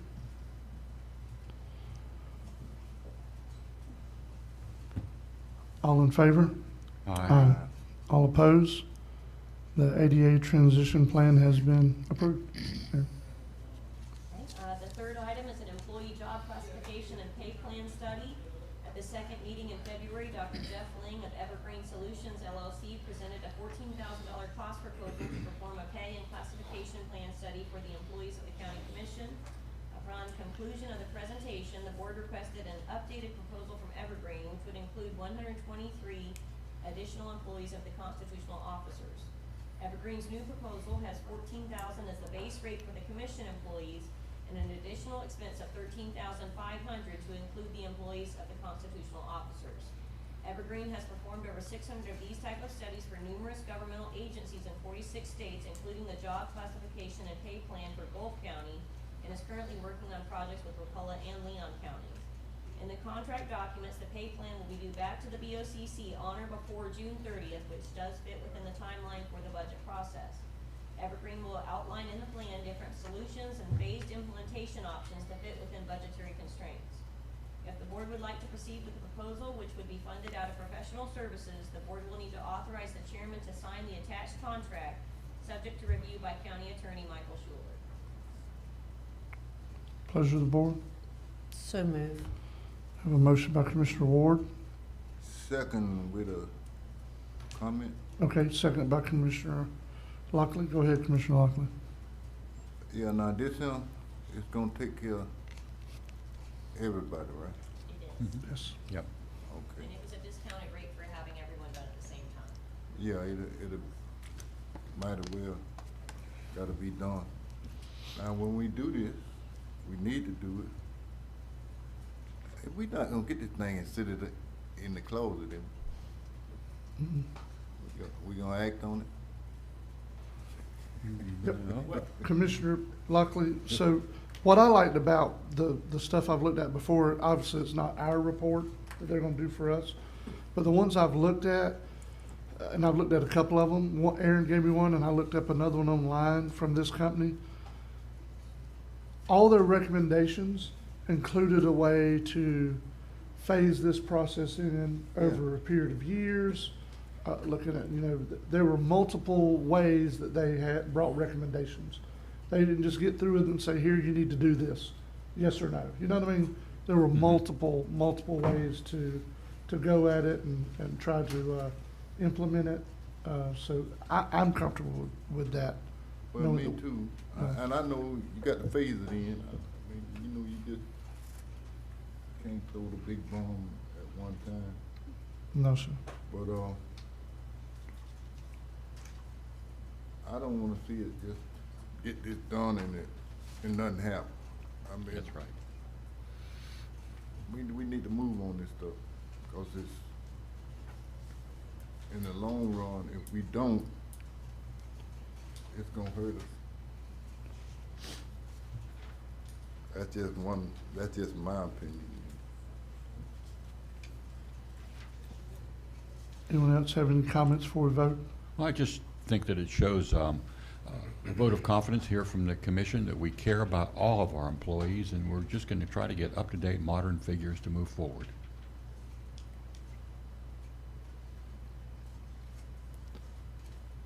All in favor? Aye. Aye. All opposed? That passes unanimous, Jessica. Aaron, go ahead. Item 4, there is approval of 5 resolutions authorizing transportation agreements, which are actually due on March 12th. Requesting adoption of the attached 5 resolutions authorizing the chairman to sign the application for 5 different transportation grants for the county this year. The SCOP program applications to repair 3 arch culverts on CR 67 at Womack Creek and the paving of the remaining 1.156 miles of Mill Road that was excluded in the 2016 project.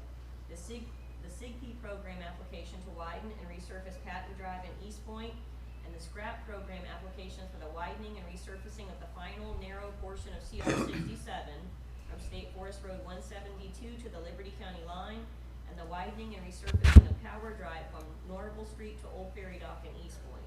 It is recommended that the board adopt the attached 5 resolutions authorizing the grant applications and the chairman's signature. Pleasure of the board. So moved. We have a motion by Commissioner Lockley, Second. second by Commissioner Ward. Any discussion before we vote? All in favor? Aye. All opposed? That's a 5-0 vote, Jessica. Mr. Chairman, if I could bring up one item that's sort of. Yes.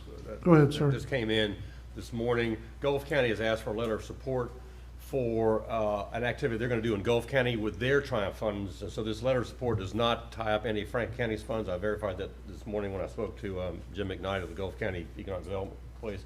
But they would like a letter of support for their application. I'll just read you the letter. I'm going to have to change the wording a little bit. So this is to the chairman. This is the Triumph board members. It could be coming from you all if you support this letter.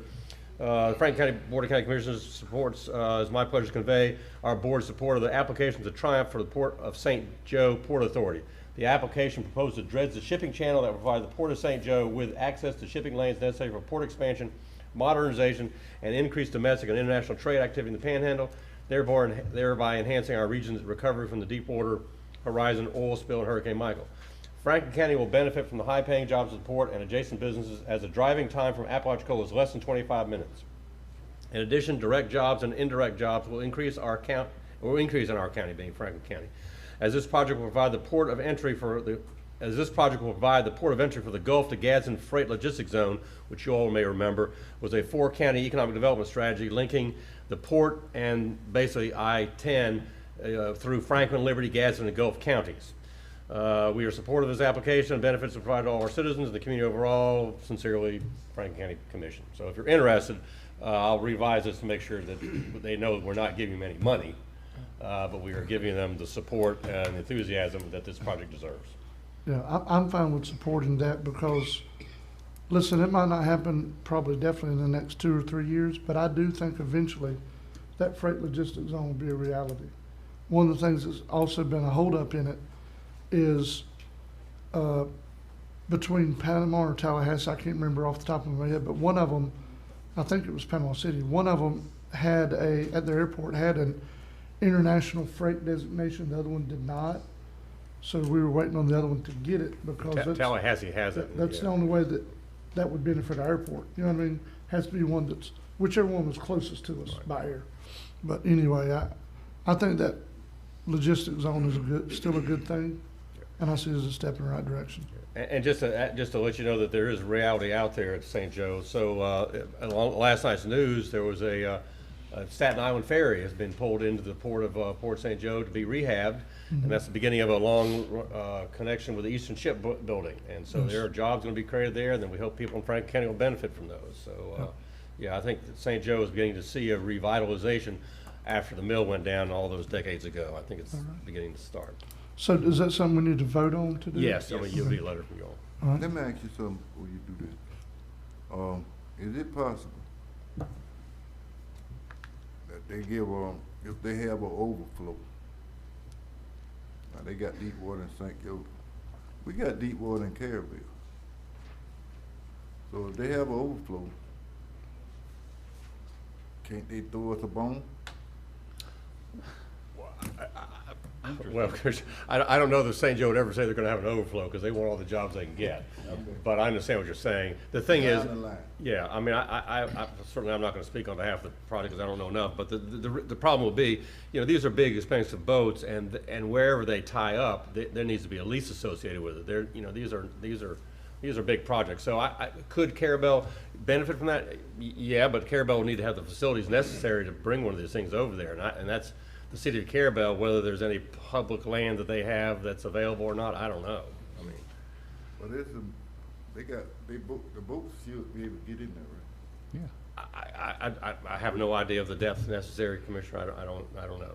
But the challenge would be, I think, let's just assume that it is because the intercoastal goes through that area there.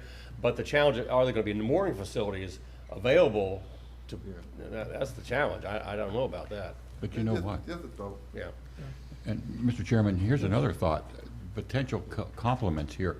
Think about what Apalachicola Airport would mean relative to supply and perhaps maybe an international designation relative to that port and how close they are and what potentials there can be for our airport. Yep. You're right.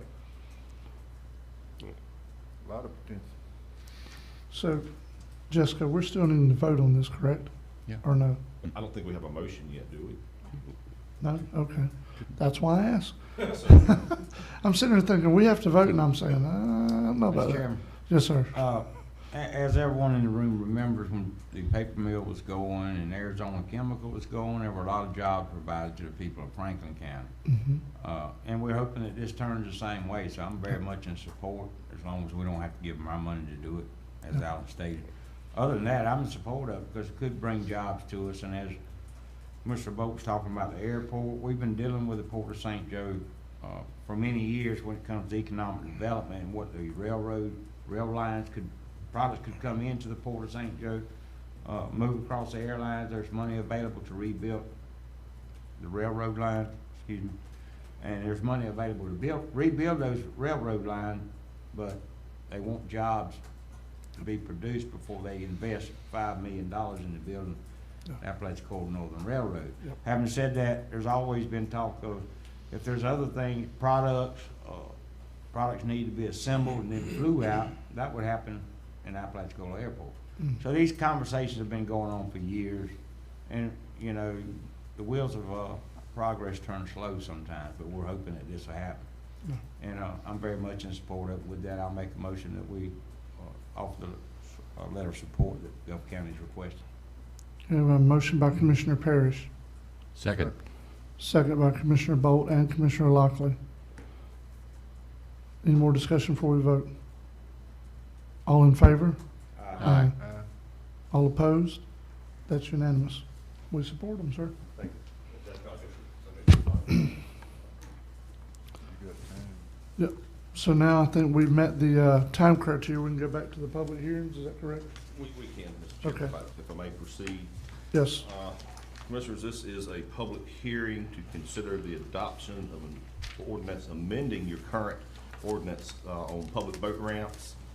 It's been duly advertised. The ordinance I've provided to you has the proposed changes in underlined language for the additional new language. And if there's any stricken through language, then that would be a deletion. But essentially, the ordinance has been amended for two purposes. One is to clarify that it applies to the public ramps and docks in the unincorporated area of Franklin County only, and that it provides for a specific 15-minute limitation on the time that a person can tie up to the dock at the boat launch and move on and make room for the next person wanting to use the ramp. As you'll recall, this came to the board's attention when an individual out of Abercrombie had tied up a very large boat to the boat dock for a substantial period of time, weeks, many weeks. That has since been moved. I have not made any other changes to the penalties or the other provisions of the ordinance other than to clarify you immediately move out of the way when you launch your boat, that there's a 15-minute limit on tying up to the dock, and that the ordinance only applies in the unincorporated area of Franklin County. And before the board takes any action, Mr. Brown will need to open up the floor, or the chairman will need to open the floor up for public comment. Okay. Sir, yes, we'll do public All right, Mr. Chairman, comment. so there were no speaker cards on this. However, we have 4 callers, one by telephone. So if anybody wants to speak to this particular public hearing, please, if the one call on the phone, you can actually use the *9 feature, I believe *6, *9 on your phone, and all the others can just hit the raise hand feature on their phone. So I guess I'll ask once, anyone has any comments for this particular public hearing? I'll ask a second time. Anyone has any public comments for this particular public hearing? Call on the phone, *9 raises your hand. *6 will unmute. My third ask, Mr. Chairman, anyone has comments? No raised hand? So going on from public comments, I would say, and I don't know why I didn't catch this earlier, Attorney Schuler, in reading it over the weekend. On page 2, it talks about the leased slips for commercial fishermen, actually for crabbers, in the Indian Creek Management Plan. Yes, that, I believe that number is 6. I could be wrong, but I believe that's 6 leased slips, not 2. It is, yes, definitely Yes. not 2. It's either 6 or 8. Then it must have changed in the management plan from the time the ordinance was originally I adopted. do not know. But we definitely need to change that. Yeah, I do not know, but I do know it's 6 that are leased. Well, then the motion to approve the ordinance, I think would need to include the additional slips. Yeah. And the only thing I'll say, I'm fine with this. It's creating a big problem. We have problems with ramps, not just on the river, but ramps all over the county where people think they can tie up a boat and leave it there. I just don't know that 15 minutes is the appropriate time, but that's my only comment about it. I think that has in mind people that are coming to the ramp, getting their boat and they're leaving, and the next person getting up and leaving, but that doesn't cover the totality of what people are doing around and at our boat ramps in Franklin County. Because if you have people, say especially over at Abercrombie, that are coming, they're up the river, they might come back and go get something at their house they forgot. Well, that boat's tied up, it might be there for more than 15 minutes. Anyway, I think 15 minutes is too short a time frame for me personally, but I'm one of 5. 6. Mr. Chairman, I mean, I Yes. kind of agree with that as well. I mean, I know me personally, when I go out boating, I'm getting all my snacks and loading up my boat, and that could take up to more than 15 minutes, depending upon, I don't know about maybe changing the time limit to maybe 30 minutes. I don't know. Yeah, I don't know what would be appropriate, but I just think 15 might be too short. That's my only comment. I remember Commissioner Lockley, when we were standing at the Buddy Ward ceremony to open that area, and you had looked out there and said, that new boat ramp is missing something. It was missing a hitching post. Yep. And I'm wondering, perhaps many of our boat ramps don't even have a hitching post at this point. Would that be a correct statement? Might be. Yeah. It might be. I do think this is something we need to address, because at the end of the day, I'm not trying to say we don't need to address people just leaving boats at our boat ramp, because that cannot continue to happen. That's right. So I think, Commissioner Bolt, some of the thinking behind having hitching posts is that would encourage people to leave their boats there. Yeah. You know what I mean? Yeah. Growing up here and being around boats in the water, and my goodness, all the seafood businesses used to be just in East Point. Yeah, there were cleats on every dock, there were places to tie it, but that's where they were doing their work. That's different than what we're addressing here. Sure. Most of these are recreational uses. But you still need a cleat on it, though. Oh, yeah. Just to hold it, whatever, the time limit. Yeah. Oh, yeah. I'm not saying you shouldn't have cleats. I'm just saying you need to have cleats and you need to have a time limit. Is what I'm saying. Just what we're trying to address.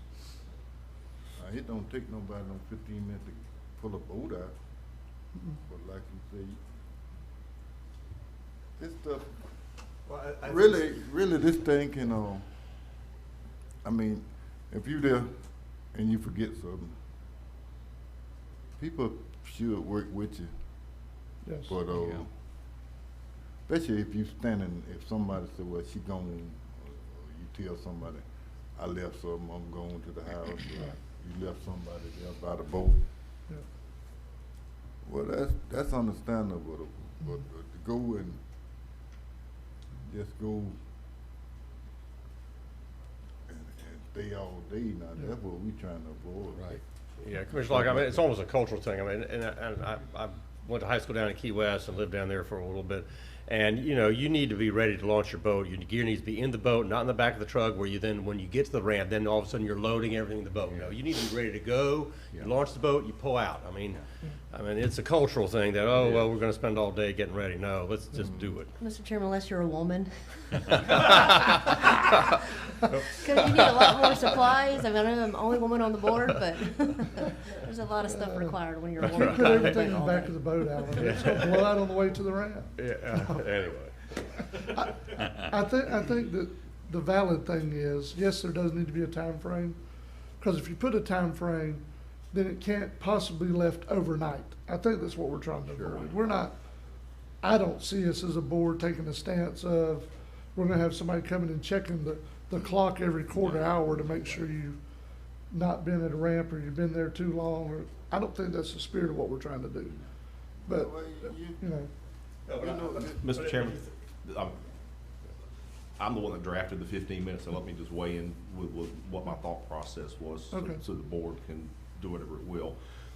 And my thought process is along the lines of exactly what the chairman just said. By the time there's a problem with someone jamming up the ramp and somebody calls the sheriff's department, the sheriff's deputy gets there to take action on enforcement, it'll be a lot longer than 30 minutes in most cases, would be my guess. And then I was thinking, well, we don't necessarily want the deputy sitting there cooling their heels for a long time on enforcement action. So that was my thought process for the 15 minutes, is when the enforcer of the rule gets there, there'll be a lot of lead time for these people to have done all the things that the board has talked about. But having said that, I'll put in whatever time frame the board tells me to put in. I mean, you have, there's no regulation that says you can do this but not that. Okay. Yeah, and some of it's self-regulating, because if people are waiting to launch behind you, you tend to be a little more efficient. Yes, yes, yes. Did you have a comment, Commissioner Lockwood? Yeah, I mean, if you got stuff and you got put it in the boat, do it in the parking lot instead of the launch pad. If you got a lot of cars there lining up, I mean, that's what they be fussing about. They want to get on the water. That's right. Just say I got to load up my boat. Well, you got that whole parking lot out there. You load your boat up, then you dock. But if you forget something, I mean, people know it's a normal thing. Everybody forgets something sometimes. But it ain't gonna take that long to walk from your car to you go park pretty close to wherever you're docking at, unless you ain't got no parking space. We got a problem with that sometimes. Might have to walk a long time. That's right, that's right. Yeah, I don't know. Very valid. Whatever time it takes to walk from your car to maybe that'll be sufficient. Should be it. Well, Commissioner Locke, I'll give you one anecdote. We don't need to start selling stories on us. I apologize for starting this, but anyway, my worst case experience ever launching a boat was a friend of mine who had an electric boat thing. Instead of a hand crank, I was brought up, you had to crank the boat up. Well, he had electric, and so we were launching in Cedar Key. We'd gone offshore. It was, a 28-foot boat or so. So it was, had a big winch on there, and it was going to take a while. So he plugged in his battery, and the car was running, and it started raining. So he told me to get in his car and roll the windows up so the inside of the car didn't get wet while he was running the electric winch. I had never dealt with electric windows before. I hit all the buttons, including the electric door locks, slam all the doors. He cranks the boat up. We can't get back in the car. The engine's running, and we're at the ramp. It was a bad scene. So I didn't roll all the windows up. I had to run down the street to the hardware store, buy a piece of PVC pipe to stick in through the window, across the door, across the car, and hit the unlock on the other side of the door. We were there for more than 15 minutes. So, wow. So that moral is you know how to break in the car. There you well, go. moral is I now know which is the window lock, which is the door lock. Okay.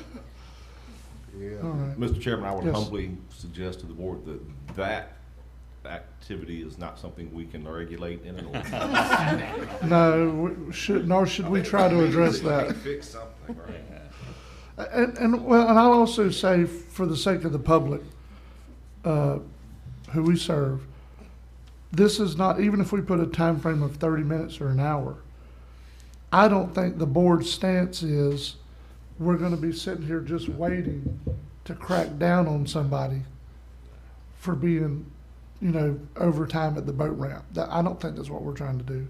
We have to put a time to prevent the overnight mooring of boats at our public boat ramps. So, Basically, common courtesy. yes. If you see someone Yes. behind you, don't.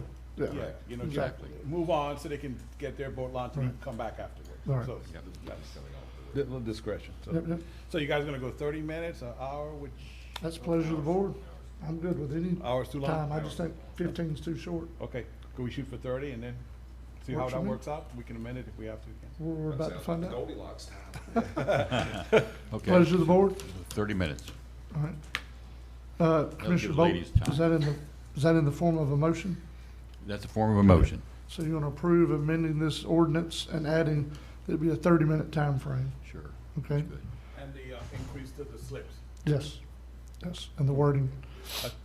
Changed to 6. Mr. Pierce verified it is 6, so it's Yeah. 2 to 6. Oh, I knew it was. Yeah. All right, so we have a motion by Commissioner Bolt, I'll second. second by 2, Commissioner Ward and Commissioner Lockley. Any more discussion? All in favor? Aye. All opposed? That passes unanimously. All right, so let's proceed to the next one, sir. All right, this first public hearing is closed. We're going to open the second public hearing. This is a public hearing on an ordinance amending County Ordinance 79-8, which had created a 100-foot separation between a water well and a septic system. The only change being made or proposed to the board to make to that ordinance is to eliminate that 100-foot separation between a water well and a septic tank or a septic system, thereby defaulting to the current state regulation of separation, which I believe is 75 feet, Alan? 75 feet. Well, actually, the state of Florida has a couple, depending on when the lot was created, but 75 is the basic benchmark, yes. Okay. And I do recommend this, Commissioner. I got here in 1988, this ordinance was in effect in 1979, and basically in 79, there was not nearly the expansion of sewer lines as there is now. And so there were a lot of areas that we were trying to protect water quality and other issues associated with this separation. We now have central sewer in a great deal of the area. And those lots that can't meet the 100-foot are usually smaller lots that are probably now served by central sewer in East Point, Carabel, all these areas. So I think it's going to be easier for the public and the building industry just to have the state set the standard than for us to have a separate standard that may or may not be as consistent with the state. Okay. All right. Does this amendment also say that it's at least a 75-foot separation? No, we just go to the state law. Whatever the Just go to state law. We are defaulting, if the board Entirely. makes this change, Franklin County will be defaulting to whatever the state regulations require. Right. I thought it was a flat 75-foot separation. And it may be, I don't want to Currently, mislead. Okay. Yeah. Mr. Pierce has indicated that it may be something else, but the point being, the board is considering deleting its local Yes. setback of 100 feet, which is. Yeah, I think that streamlines a lot. I just, from a health standpoint, even defaulting to the state, more is better for separation. The state did a lot of, the state has, it's a statewide issue, so I'm presuming that they had a much more scientific basis for their distances than what we did in 1979. So our proposed amendment to this ordinance does not include an actual. It just eliminates the local 100-foot Okay. standard, which means then whatever the state standard is what Franklin County would enforce. Okay.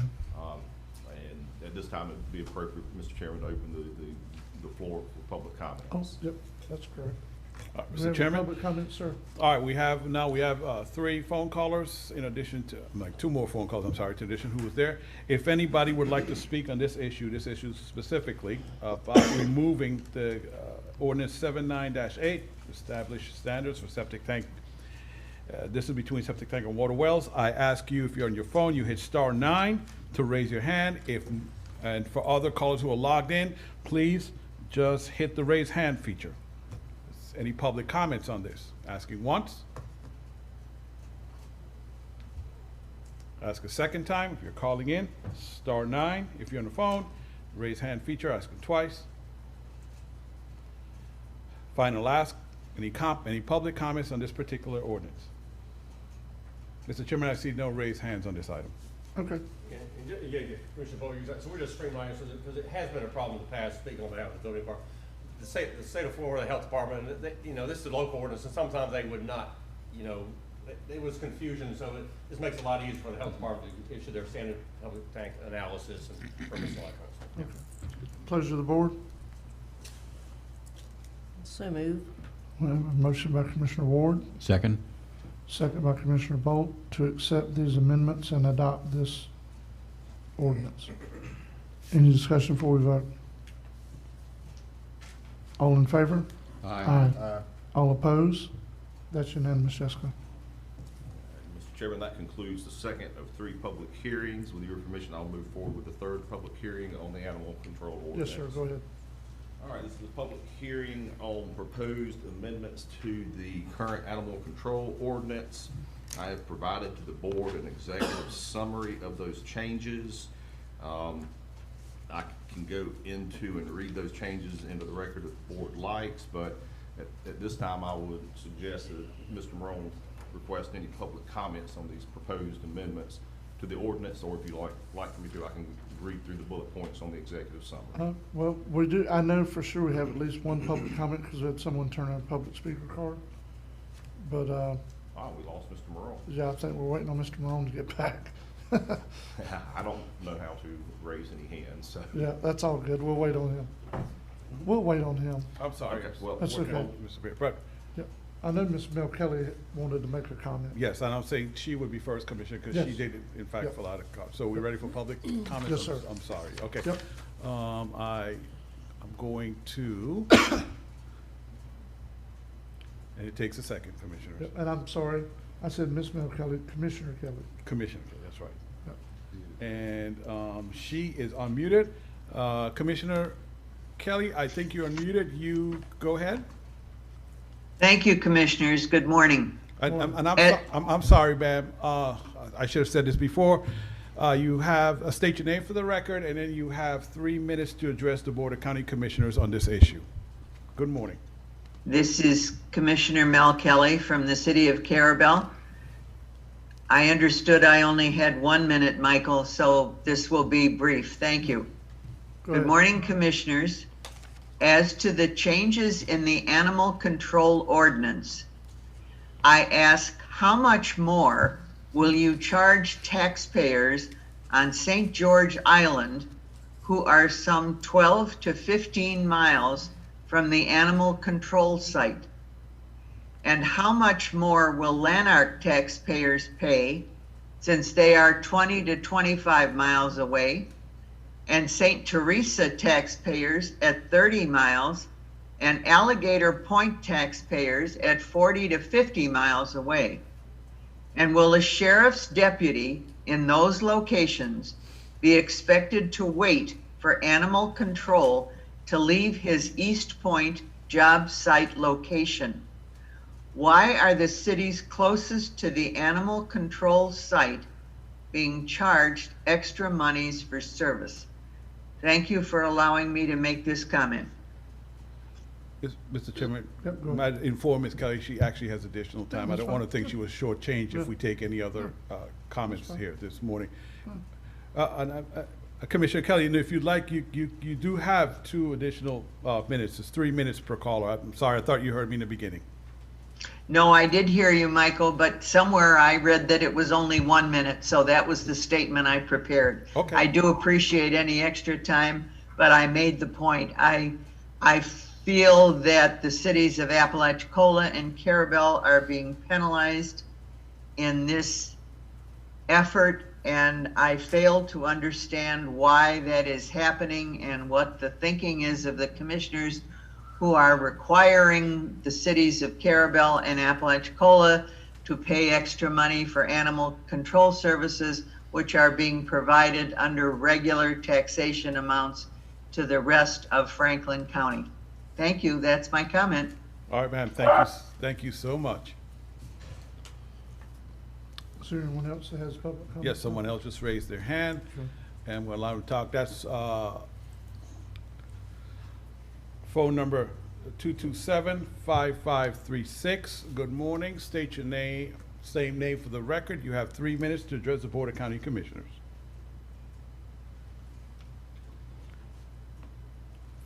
Phone number 227-5536. I'm gonna mute you. So on the phone, you hit *6 to unmute, and you address the Board of County Commissioners.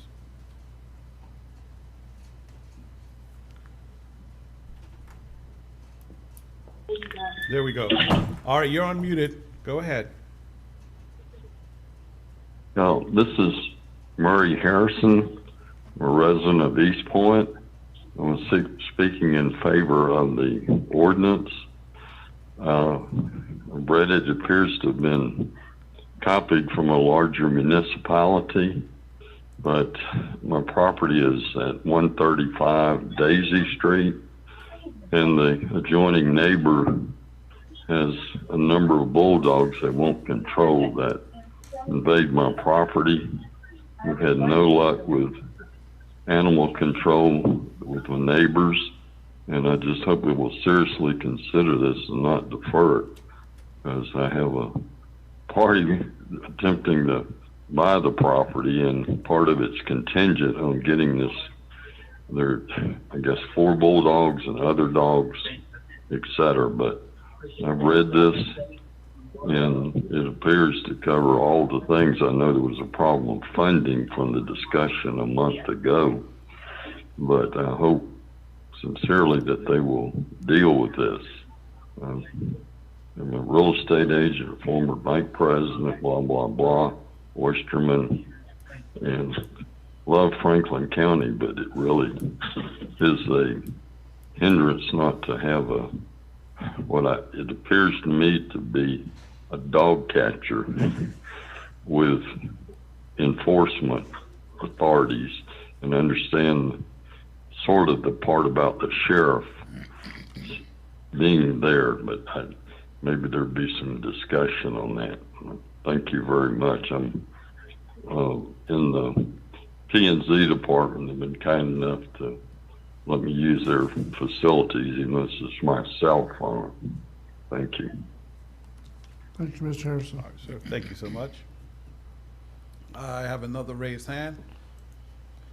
323 2111. 323. Good morning. You have 3 minutes to address the Board of County Commissioners. State your name for the record, please. Good morning. This is Travis Wade, City Manager for the City of Apalachicola. I had discussions with Fonda and with Michael Marone, and I had discussions again with Chief Barnes, and we have agreed that we would provide a police officer to respond to any animal control call within the City of Apalachicola, and we just get a procedure set up so that the dispatch at the Sheriff's Department can dispatch an officer whenever there's a call set up. But we're prepared. We're prepared to do that. And I'm just available if you have any questions of the city.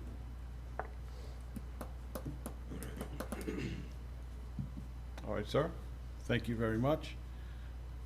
Let's see here.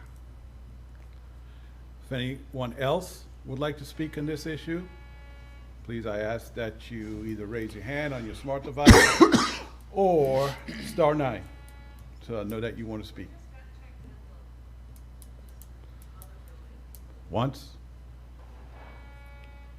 twice, final call. All right, Commissioners, that's it. No more public comments. Mr. Chairman. All right, so it moves to us, correct? Yes, sir, that's correct. Unless the board has any questions for me, I'll be happy to address any questions the board may have. Does anyone have any questions of Attorney Schuler about what we're looking at, the proposal? I'm sorry, sir. If I may, I have one statement to make. So this is based on directions from the board. The last meeting, if that Mr. Travis Wade from the City of Apalachicola, he's correct. We did have that meeting. I, in turn, at that same afternoon, sent that information to the City of Carabel, to the city manager, and let her know what deal, basically in theory that we're working out with the City of Appalach.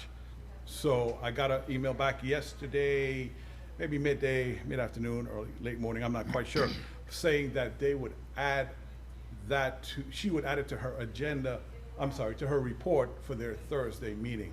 I'm not quite sure what that means, if it's an information item, if they're going to consider action, that I don't know. But that was a directive, if the board remembers, Commissioner Parrish was very specific about that, to make sure they were aware of whatever we worked out with the City of Apalachicola. Okay. Mr. Chairman, if I can address that. Yes. The way the ordinance is drafted, either or both cities would have to request animal control services from the county through an interlocal agreement. The form of the interlocal agreement is attached to the ordinance. So, I mean, you're in a position to move forward this morning if you want to, because whatever decision the City of Carabel may or may not take, is not going to be affected by whether you adopt this ordinance today or not, because if they want animal control services, then they just sign the interlocal agreement.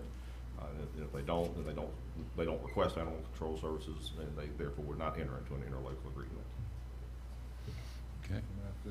Yes, sir, go ahead. Look here, we've been dealing with this stuff long enough. I mean, they done had ample amount of time, and they said it, talking about they ain't, we all the, up our money and pay for it. But them two cities, they got their own charter. The thing she, what she called out, that's Franklin County. What we supposed to take care of. When you start, for a long time when I come on this boat, we didn't have no interlocal agreement, or we didn't do nothing about animal control. But when you start doing favors, see, this what you get. This what you get when you start doing favors. But I don't see, we not overcharging. Can't nobody in the world say we overcharging. Neither one, the city of Appalachia, they agree.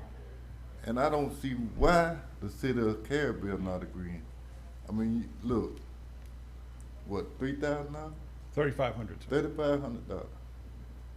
You paying, we asked for $3,500 and a police to escort. Okay. Now you do the math, and if they have to hire somebody to be a dog catcher, that's gonna pass the 35.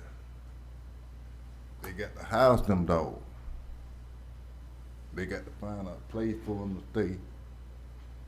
That's gonna be over 35. They got to feed the dog. That's gonna be over 30. They got to take them to the vet or kill them one. You either do one of the two. And it's gonna cost either one. If you take them to the vet, it's sure enough gonna be over 35. So I think it's time. I'm gonna make a motion that we do this thing, get it on over with.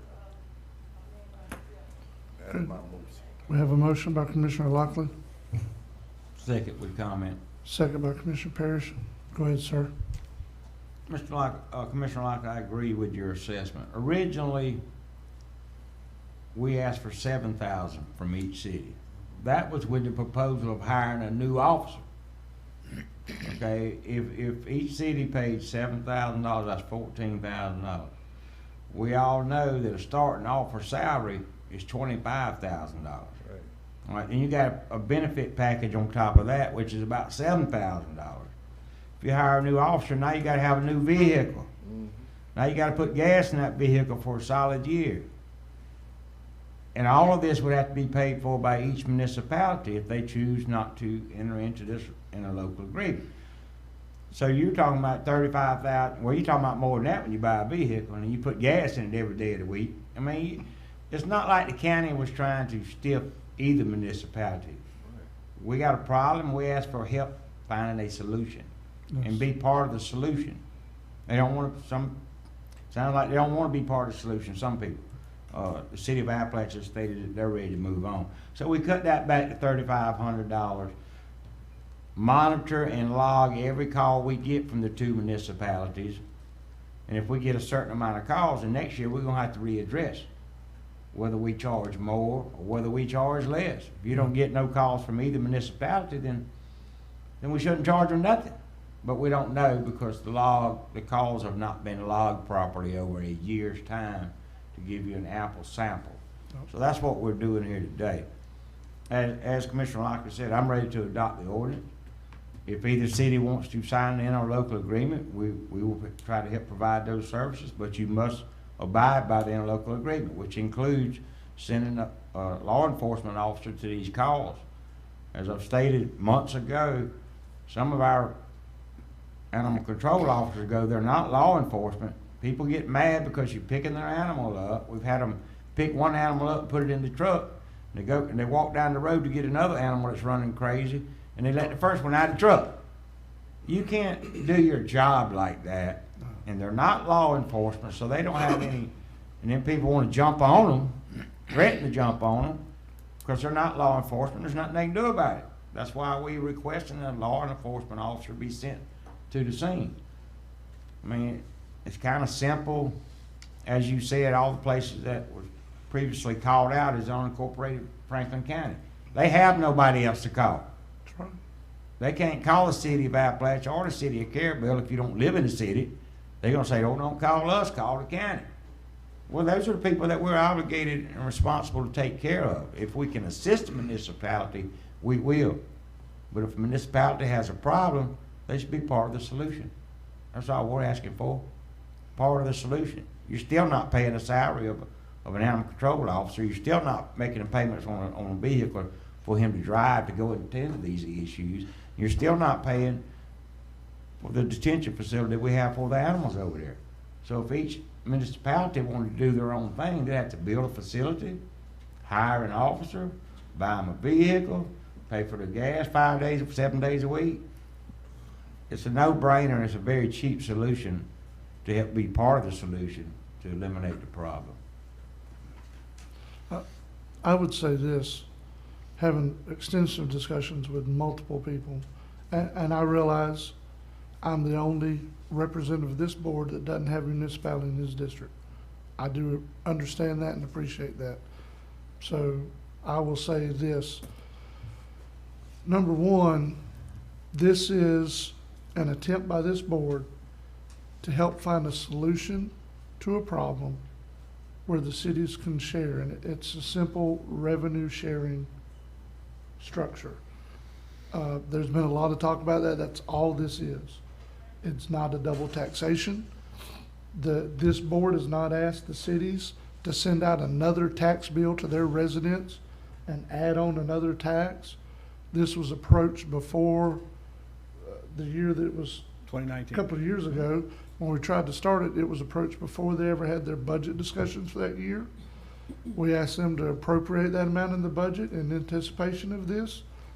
It hasn't been coerced or forced. This is us trying to go with another way of thinking other than, okay, we need to go up on the millage rate.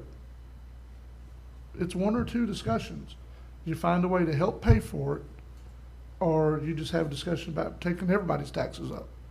So that's all we're trying to do, is to try to find a way to get revenue from another source to help pay for it, cities included. In my mind, that's all we're doing. I know there are people that don't agree with that stance. And again, I don't have a city in my district, so I recognize that today too. Mr. Chairman? Yes, sir. I would just extend what you've said further. You know, as I'm listening to grant opportunities, I'm hearing more and more that grants are awarded and looked at favorably to entities that bond and blend together. And I think that this is such a hallmark important point where you see the county entities and the potential of both city entities bonding and blending together for issues like this and going forward with who knows what kind of grant opportunities we might find in the future just by these kinds of cooperations now. Any more discussions before we vote? Oh, I would have one thing that I about forgot to mention. Attorney Schuler, with the animal control ordinance specifically, Yes, sir. the language that, and I was reading this last night late, I apologize, I almost forgot. The language for the length of the restraint, especially for dogs, specifically for dogs, was it 6 feet? And are we basing that number on, like you went somewhere to an animal pet shop and the average length that they sell is either 6 foot, 12 foot, you know what I mean? Mm-hmm. What, wasn't there a specific length that was mentioned in the update? Yes, sir. There are two specific lengths and of the leashes, and the length will be determined by the geographic location of where the person is with their animal. Right. For example, if you are at a public beach, a public park, a public boat ramp or a public parking area, the dog must be on a 6-foot leash. Okay. Outside of those areas, that can be up to a 20-foot leash. And the reason that this length was stated so specifically, one, the board had discussed problems that your constituents have reported to you with people saying, basically trying to get fancy and go around the original animal control ordinance. They, well, my dog is on a leash at the beach, it's just a 60-foot leash, which is completely meaningless. The dog is essentially running free. Right. So therefore, I have proposed a 6-foot length at those public places that I mentioned, and in other places it would be a 20-foot leash. Right. But I guess the question I'm trying to ask is those figures are based in what's an average sale of a leash. Like if you're going to a pet store to buy a leash, I did not go to a pet store. Okay. I'm just saying, because I mean, I know people might say, well, if you go to the store, you can't buy a 6-foot leash. They're all 8-foot leaches. That's what I'm asking. Then they better get the 4-foot leashes. If the board adopts the ordinance as it's drafted. Now, Yeah. the board is in a position, you can make Yeah. it 6 feet or 8 feet or some other And- distance, but if it's adopted as proposed, Right. then it will be up to that dog owner to find the Right. 6-foot leash. Well, and that's why I'm asking now. Yes, sir. I perceive that to be the appropriate time to ask. Yes, sir. So I just wanted to make sure. Yes, sir. Well, in any event, I would think a 6-foot leash will work better than a 60-foot leash. And, Yep. you know, it can always be changed later if it deems to be a problem. Yes, sir. And Mr. Chairman, if I can make one comment for the record Yes. before the board votes. I was just waiting on all the commissioners to finish your comments. I want to make clear to the public that this county commission is not obligated to provide animal controls within the municipal limits of either city. Up until 2017, as Commissioner Lockley pointed out, you did not provide animal control services within the cities. This board embarked on an experiment in 2017 when you amended the ordinance last, and you've incurred additional expenses. So I want the public to know that this board is trying to provide the service, which it otherwise is not required to do, and that the cities need to pay their fair share. So I just want to echo that. So let me ask you a question. What happened before then? They just didn't have any animal control at all? Okay. When Franklin County Animal Control was called, I only had to deal with it a few times. Right. When people would come to various commissioners and say, you gotta take care of this animal. Yeah, yeah. It's like, no, sir, you're inside the city limits of Apalachicola. You need to call your city commissioner, not your county commissioner. Okay. And those types of phone calls is what led the board to expand the scope of services in 2017 to include the 2 cities. Right. And the board has seen that the expansion of that service comes at a cost. And the cities have been asked to pay their fair share, but they don't have to. Yeah, no. But this board is not legally required to provide animal control services within either city. So, Yeah, just want to make that more Apalachicola official. used to have one. Oh, yeah? They used to have their own? Yeah, I Okay. know it was a long time ago, but I remember they had one. You know, Commissioner, just to go a step further than Attorney Schuler. So, yeah, he's correct. I mean, that's the way it works. And you know, I've heard and seen the you know, the comments about it. So here's the deal, you know, and you know, Commissioner Kelly she stated her claim. Her job is to protect the budget of the city of Carabel. Your job is to protect the county's budget. So there has to be a clear distinction there as to who's responsible for what. And if you live within a city, there are certain things you expect from your city government. You know, animal control is one of them, you know? And again, we're here to help. It's a partnership, but a partnership is 2 ways. You know, you gotta have somebody that's, you know, willing to participate with you in this process. But I think everybody needs to understand what their role and their responsibility is and be very clear about that. There's nothing mean-spirited or willful about this. We are trying to help. That's it. So we done gave him a library. They got a library over there, I mean, in the city. County funded, right? It's county funded, right? Which one, the city of Carabel? Yeah. Yeah, the library in the city of Carabel is county funded, but not the one in Appalachia. The city of Apalachicola funds their library. City of Appalachia, they library. What they told me. All right. Anyway. So Let's you- get real, let's get real. You wanna go to, I'm about this and that and the other. So any more discussion on this ordinance before we vote? Or this ordinance amendment? All right, all in favor? Aye. All opposed? Nay. Okay, we have 4-1. Commissioner Ward opposed. Mr. Chairman, Commissioners, that concludes the third and final public hearing scheduled for today. Well, not for you. Deborah's on the line. She has a fourth. She has another, Deborah Belcher, a CDBG public hearing after you. I wasn't aware of that. Yes, Okay. that's 11:15, and we're way past that, All yes. right. So I guess we're moving on to that then? Yes, and Ms. Belcher's on the line. Good morning, Deborah. Good morning.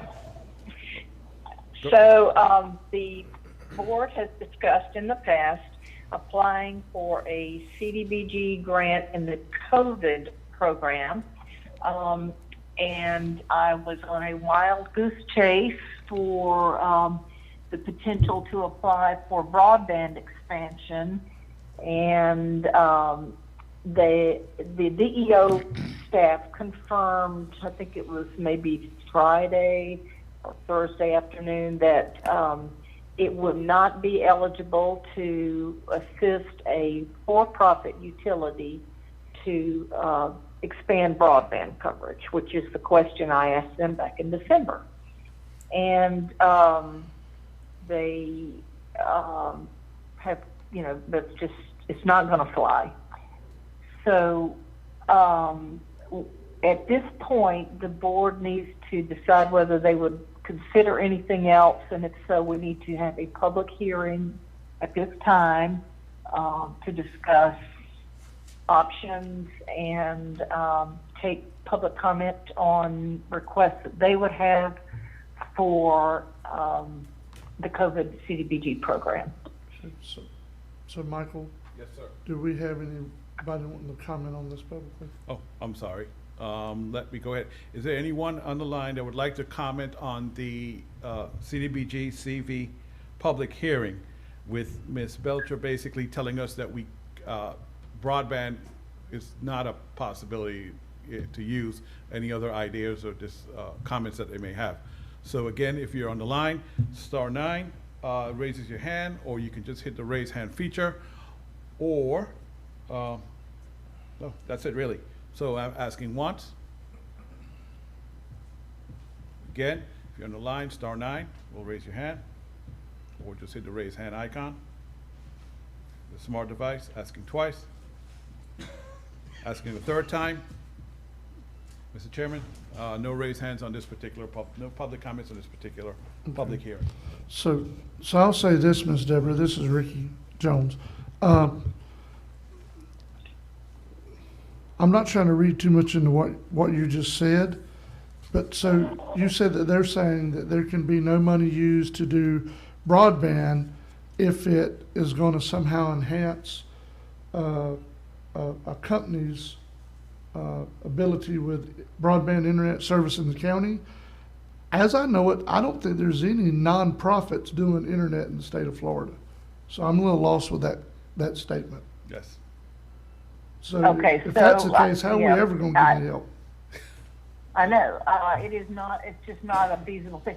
When they are saying, well, if you wanted to put broadband, run your wiring into a community center or a library or something like that, and that's eligible. However, you have to have your low to moderate income percentages too. So the idea of just expanding broadband coverage, though, throughout a part of the county, or is what they're saying. That has to be done by a for-profit utility, essentially. I think there have been a few cities that tried to do it on their own and have, according to the Florida Internet and Television Association, they tried it and were begging to have somebody take it over. Did we lose you, Deborah? No. Did you hear that my comment to Yes, Commissioner we Jones? did. It just kind of faded away at the end, so it sounded like. Oh, okay. Yeah. We're in Alabama. I had to pull over on the side of the road. I've been sitting here. So we are the issue of providing broadband service, as you probably know, that's an FCC regulated industry, And yeah, the idea of it being a nonprofit, there have been a few cities that have said, let's do our own broadband system. And based on what I've been told by the Florida Internet and Television Association director, they have not been successful and have been asking for private corporations to take over their system. So it's not, and I don't think it's something that the board ever had any intention of trying anyway. So what happened to the idea of trying to use these funds, apply for these funds to hire someone, firm, whatever, to try to actually map out and see what our needs are in the county? Okay, there is the FCC, and I think Commissioner Jones, you're familiar with that map that they have. Yes. That shows, yeah. The state and the FCC and other bigger players are actually working on that process now. So I don't know that it would be, well, and secondly, the county does not have a majority low to moderate income population. So as you know, the county as a whole in most of the areas. So to even say it would be eligible, it's just not, it's not going to fly. So, well, I will still, I'll never have probably anybody agree with me, but I still contend that we're more low to moderate income than they recognize. When you have an economic disparity study done by the federal government that lists us in the top 10 nationally for economic disparity, that low to moderate income, whatever they're going by, is not accurate. When 99% of our residents average $25,000 a year, it is not accurate. I still don't understand, if I may, Mr. Chairman, I still don't understand what is the point of the broadband. I said this meetings ago. I'm not getting this. Is it all based on the neighborhoods, the low to moderate income neighborhoods? Is it that you can't help a for-profit broadband provider? What? Okay, there is a prohibition in the federal laws about assisting for-profit utilities, which I knew about, and I asked DEO back in December, can we do this? And they were like, yeah, sure, you can do things that you can't do with the regular program. Well, you know, I was like, okay, and I spent a lot of time researching how we're going to do this, how can we target the areas, who would be interested in taking a deal if we could make one, because we don't know that people are going to come up with the money to subscribe to the service anyway, and if they're low income. So anyway, I spent a whole lot of time on this, and I thought, I'm going to ask one more time, and then DEO says, oh yeah, that's right, we can't have pay to extend lines for-profit internet services. I'm like, so now you're telling me this? So how are they going to use these funds at all? Well, I don't know how well they're going to do. One of the options that local governments have that is a slam dunk as far as being eligible, or at least I think it is a rent, mortgage, and utility payment. If you wanted to do that, because it's all, you're only going to serve low to moderate income on that. There are a few other things that, some local governments might apply to improve the senior center to serve people more, I don't know, with COVID issues. It's sort of a stretch. Who manages that program, Deborah? The county staff, or we can hire someone? You can hire a consultant. Okay. Now, for the public service type program where you would be doing assistance to individuals, I would recommend, for example, I'm not going to run it. I would not submit a proposal if you were inviting proposals. But I think a nonprofit would be an appropriate agency. However, the county would need administrative oversight, managing the finances, the reporting, the occasional monitoring of the nonprofit doing the work, policies, fair housing activities, things like that have to be done. Okay, so commissioners, And- if you, I'm sorry, Deborah, excuse me. So commissioners, if you remember, the last one that was funded through the SHIP program.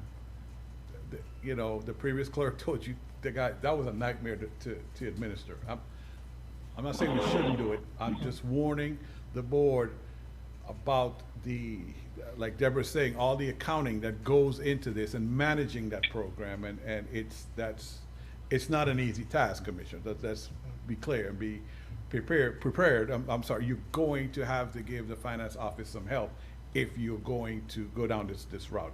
I hear her that there's admin money, and can be clear, I'm not saying not to do it, but we kind of need to have a more comprehensive look at that before we step down that road. That's all I'm saying. I don't think we have enough time to comprehensively look at it anymore, and I think we're far down as the weeds as we even need to think about. Okay. So I just don't know or understand how we had a county here in Northwest Florida receive an award the other day of $1.5 million to go toward broadband. Surely. Are they starting their own broadband, or they're? I don't know, but surely we're not so affluent here in Franklin County that we can't apply for a grant program. I don't get it, but that's just me. Do you know what program that was, Commissioner Johnson? It was under DEO. I don't know which alphabet soup it was. Maybe no, rural from infrastructure, DEO. infrastructure maybe? It might have been. I don't know. Now, I know though that there is some work going on in the background. Florida Office of Broadband sort of coordinates with the FCC on some things. And there has been what they call an auction. And I think I sent this information to the board last week. They call it an auction. They ask for bids, I guess you'd say, from internet providers to what would you do if you had X number of dollars, is my understanding. What would you match? What would you do? And then they selected 2 companies to do some work in Franklin County. Now, I don't know what the time frame is, because what I saw was a 10-year time frame for this whole program. But there is money going, and it is mostly for rural counties that they're doing this in. So I guess if it's your estimation that we can't really proceed with this particular grant, that we just need to not worry about it and find the one that will. But, right, yeah, it's just not, yeah. Running from, a trunk line into a building, providing equipment, things like that, doing big routers so you can have hotspots, those kind of things would be eligible. But you gotta have you gotta have the trunk line there, or the supply of the coverage somehow. Yeah. I still think we're going to be, and I could be wrong, I still think we're going to be decades behind everybody else if we can't get somebody to help us start on a plan to know what we have, where we have, so we can address what we need, where we need. That's as simple as I can put it. Mm-hmm. If this doesn't work, then we'll try to find another one. I agree. We do need to do something about broadband in the Yes. county. So Yes. we just keep hunting is what we do. Yes. That's it. So no, it's Ms. Deborah, I'm sorry if I come across like I'm mad. I'm just upset that I want us to be able to do things for our residents, and when it doesn't work out, I'm not upset at you. Please don't take it that way. Yeah. I want to see things done for our residents. So, and I think the rest of this board does as well. Very frustrated. I've been very frustrated with this CDBG COVID program already. Yes, ma'am. Okay, so basically, we could consider this public hearing ended, that there'll be no action. Is that, you good with that, I'm good with Deborah? that. I'm only one of 5, though. I guess we need to know, is the board interested in applying for anything or not? And if not, then we're done. If you are, then tell me what to do. So Commissioner Parrish, your motion was to go on, not worry about it? Move forward, yeah. Yeah, okay. So the motion was made not to pursue this possibility, Ms. Deborah. I'll second. We have a second by Commissioner Ward. Any more discussion before we vote from the board? Real quick, mainly because you got a March 15th deadline. Yes, you can't do that. How you gonna move You ain't forward? gonna do that. You know, I mean, we tried different Now, options. And I yeah, appreciate this is Ms. a Deborah's. pre-application, they're calling it. Deborah, hold on one second. Commissioner Parrish is speaking. Hold on one second, please. I was trying to say I appreciate your efforts, but, you know, if it's not gonna work, then we need to move on. But I don't want you to think your effort was in vain. We appreciate what you tried to help us do. Any more discussion before we vote? All in favor? Aye. All opposed? That's unanimous, Jessica. So, Ms. Deborah, we're not going to pursue that at this Okay, time. all right. Mr. Chairman, are we going to charge Ms. Deborah to keep looking elsewhere, Heck, yes, sir. moving forward right now? Yes, Okay, sir. please.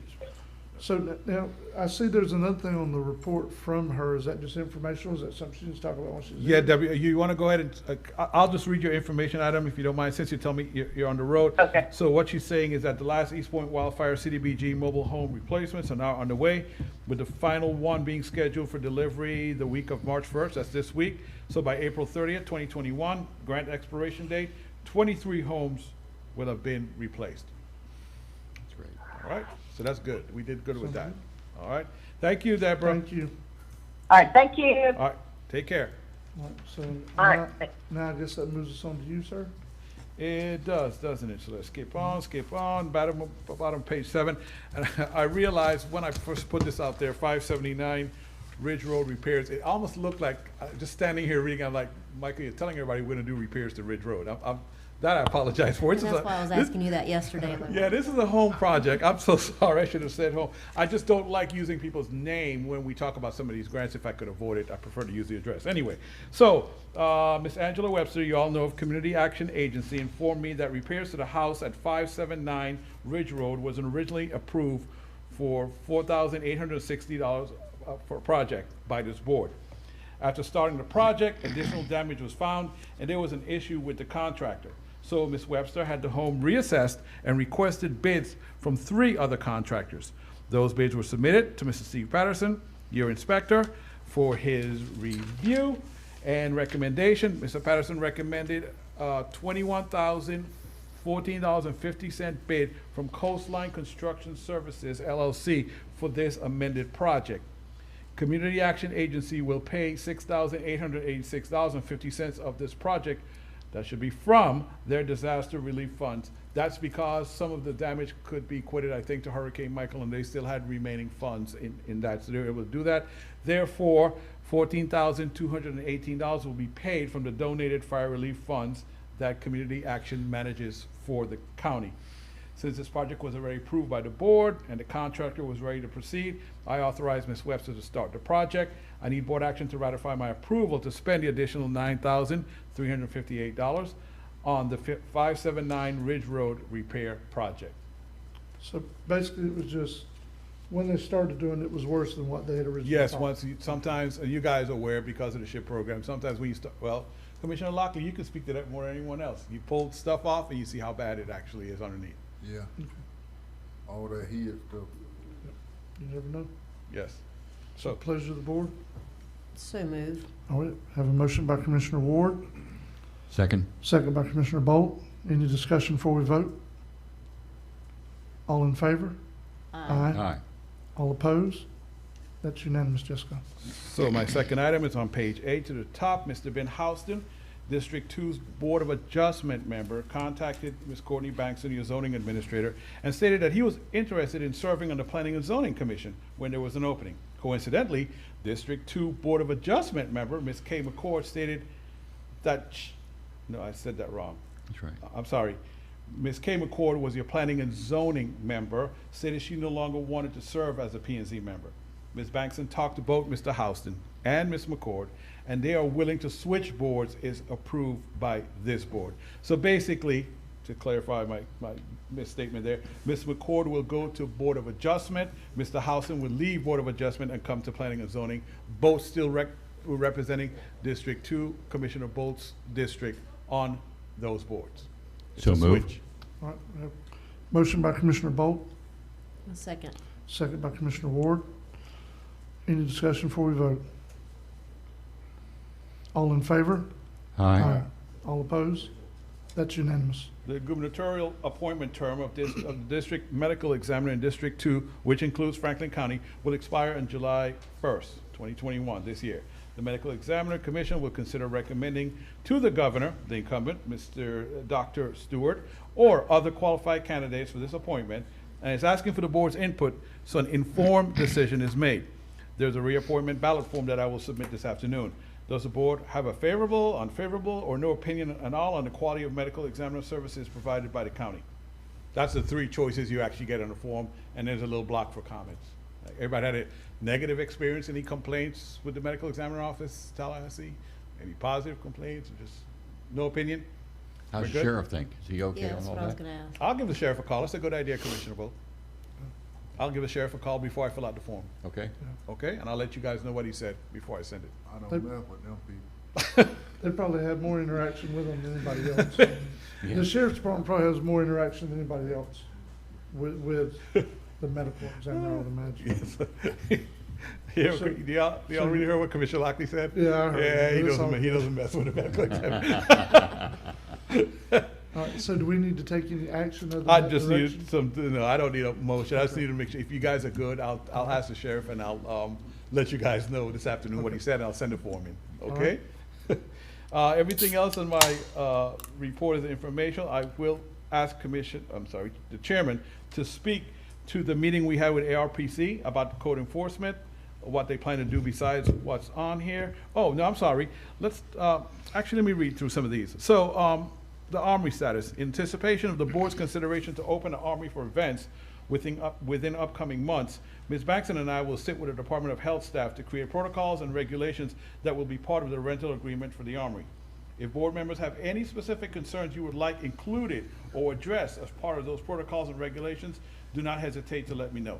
So I'm not going to open the Armory without this board's permission. That's not what I'm saying. I would like to have protocols in place so that when you guys think the positivity rate is low consistently, when you think more vaccines have been issued throughout the county and you think it's safe for me to even consider that, because we are getting calls and we keep putting people off and putting people off. I just want to have protocols in place for you guys to look at and say, okay, we're going to open on this date with these protocols. Yep. That's all I'm saying. Yeah, we've also been having lower positivity rates too. Yes. So, Mr. Chairman, Go ahead. if you put protocols and procedures in place, who's enforcing them? well, who could enforce I mean, you it? can tell them what to do when they go in, but I'm not gonna be there, you ain't gonna be. Who's No. gonna be there to even make sure they do these things? Who So else? I put the protocols in place if you have no way of knowing it or even being about it. Well, who I was going to ask, sir, and that'll be part of my proposal, would be the fire watch. Because we don't have a fire suppression system or fire sprinkler system, Fonda has to provide a staff member in the Armory for every single event. And if they violate the rules when it comes to going upstairs on the top, if you guys remember, we shut it down. That's part of the contract. We shut their event down and they sign off on that. So, again, I could ask and see if that'll work. If it won't work, then you're right, sir. It makes no sense for you guys to even open it with protocols if the fire watch can't enforce those protocols. I agree. Well, I think it'd be good to have the conversation and see what kind of protocols come back, because at the end of the day, I think we need to look at addressing, if there's something that can be addressed, you know, what steps does this board have to take for protocols for this room? Do we have to submit them to the chief judge's office? Do you know what I mean? Yes. You know what I mean? What steps should we be taking?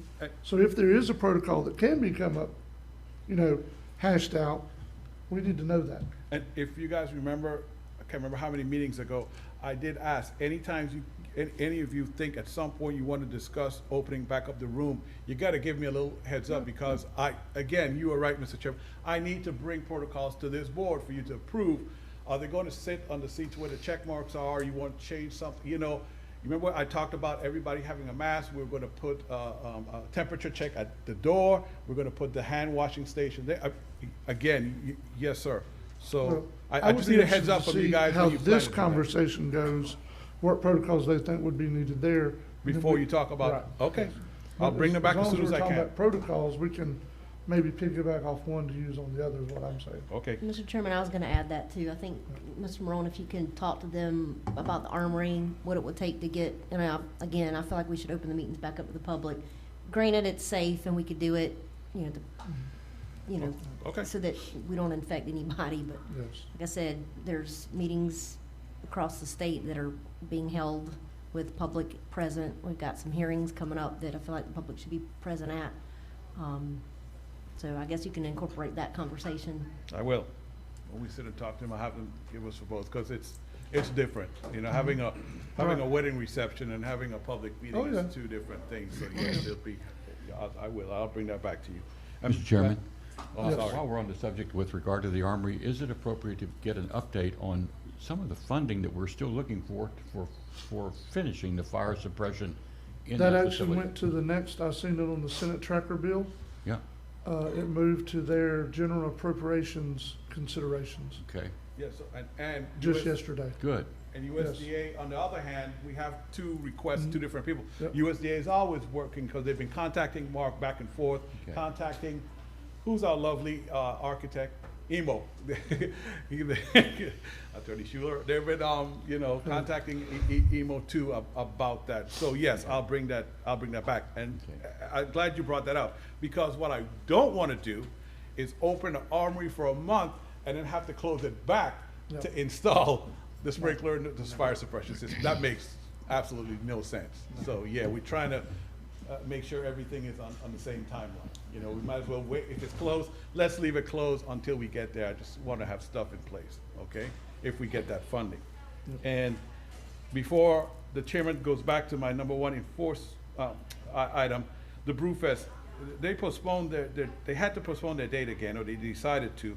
I just want to let the board know, this is, for the Humane Society, this is their big fundraiser. So Yes. they haven't had this fundraiser for a year and a half, Yep, maybe? that's right. Is that long? That's right. So I just want you guys to know that, I know, no one has contacted me about more money from the county or budget, but I'm talking about outside sources. Sometimes you guys hear people that, is there anybody can donate to help a cause or something?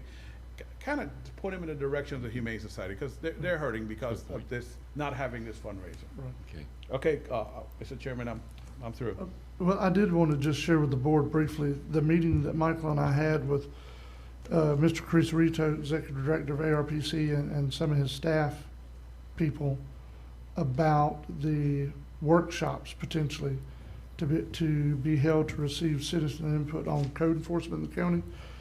So we had really good discussions, healthy discussions, tried to assure them of what I understood this board's direction was and what we're looking for, is to kind of get a temperature of the different areas of the county to make sure if there's a consistent thing that residents are looking for, or some areas might have particular things they're looking for in code enforcement. And also, on behalf of this board, directed them, ARPC, to, and they're gonna bring a proposal back to us in 30 days about the workshops and the presentations they'd be doing. And good, bad, and different, I directed them as the chairman to, look, what we want is the temperature in the room. We're not necessarily looking for you on this first go-through to come back and tell the county commission what we need to do. Okay, we want you to bring the information to us so we can process the information. Then maybe we can find an avenue and a way to move forward with code enforcement and what that would look like for Franklin County. Okay. Not Wakulla, not Gulf, not Liberty, but us. Yes. So I think it was a really good meeting. Good. And again, they should be bringing that back to us within 30 days to know what it would look like, what it might cost us to run those workshops. I just want to make sure the board was aware. This is great news. Thank you. That's all I had, sir. That's all I had. Spoke out. Commissioner? Yes. Sorry, we got a few things to do before Okay. board's labors are finished, unless you. No, I think we're Otherwise, we'd have through to with cancel Mr. some Mullins, public what I was hearings. saying. Yeah. Nobody A already- resolution for the board's consideration, this is for the public hearing that's been scheduled for March the 16th to abandon the two roads, the two forestry roads and the two bridges over in the northwest of Carabel. You're required by statute to adopt a resolution of intent to abandon two public roads and scheduling a public hearing. The resolution would read, now therefore be it resolved that on March 16th, 2021 at 11 a.m. a public hearing will be held to consider abandoning the following two public roads and two bridges as provided by law. Public road number 1 is a quarter-mile section of Mill Road from the intersection of Mill Road with Burnt Bridge Road to New River Road, approximately 1/4 mile in Section 9, Township 7 South, Range 5 West, Franklin County, Florida. Public road number 2 to be abandoned is all of New River Road from Mill Road to Gully Branch Road, approximately 6.7 miles from Section 9, Township 7 South, Range 5 West to Section 10, Township 6 South, Range 5 West, all in Franklin County. There is an attached map, that's already been sent to board members. It will be made part of the official record in the publication. But the adoption of this resolution by the board and its recording in the public records is required before you can have the advertisement on Thursday and the public hearing on March the 16th. Okay, so we need a motion to approve doing Motion those to actions? approve the resolution. Okay. We have a motion by Commissioner Lockley, Second. second by Commissioner Parrish. Any discussion before we vote?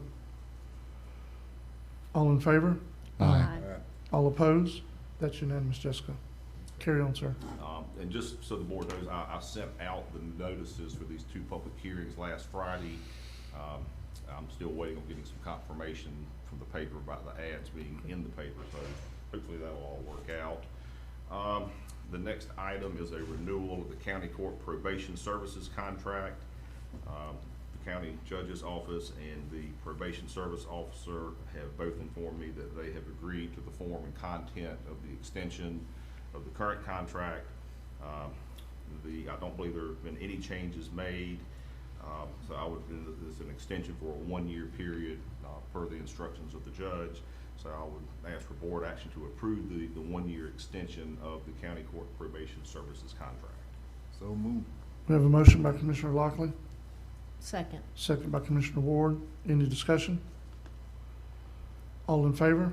Aye. All opposed? That passes. Last month, the board directed me to review this subsequent designation from the Career Source Gulf Coast Board. I have reviewed the document. I'm recommending approval of this renewal for a 2-year period, but as I've mentioned to the board, it's come to my attention that there is actually a clawback provision that the board would be subject to if there is some mismanagement or misspending or misuse of funds by that board. They provide good services, I think, to the community. Frankly, I've been educated a little bit by Mr. Morone as to what they do and they don't do.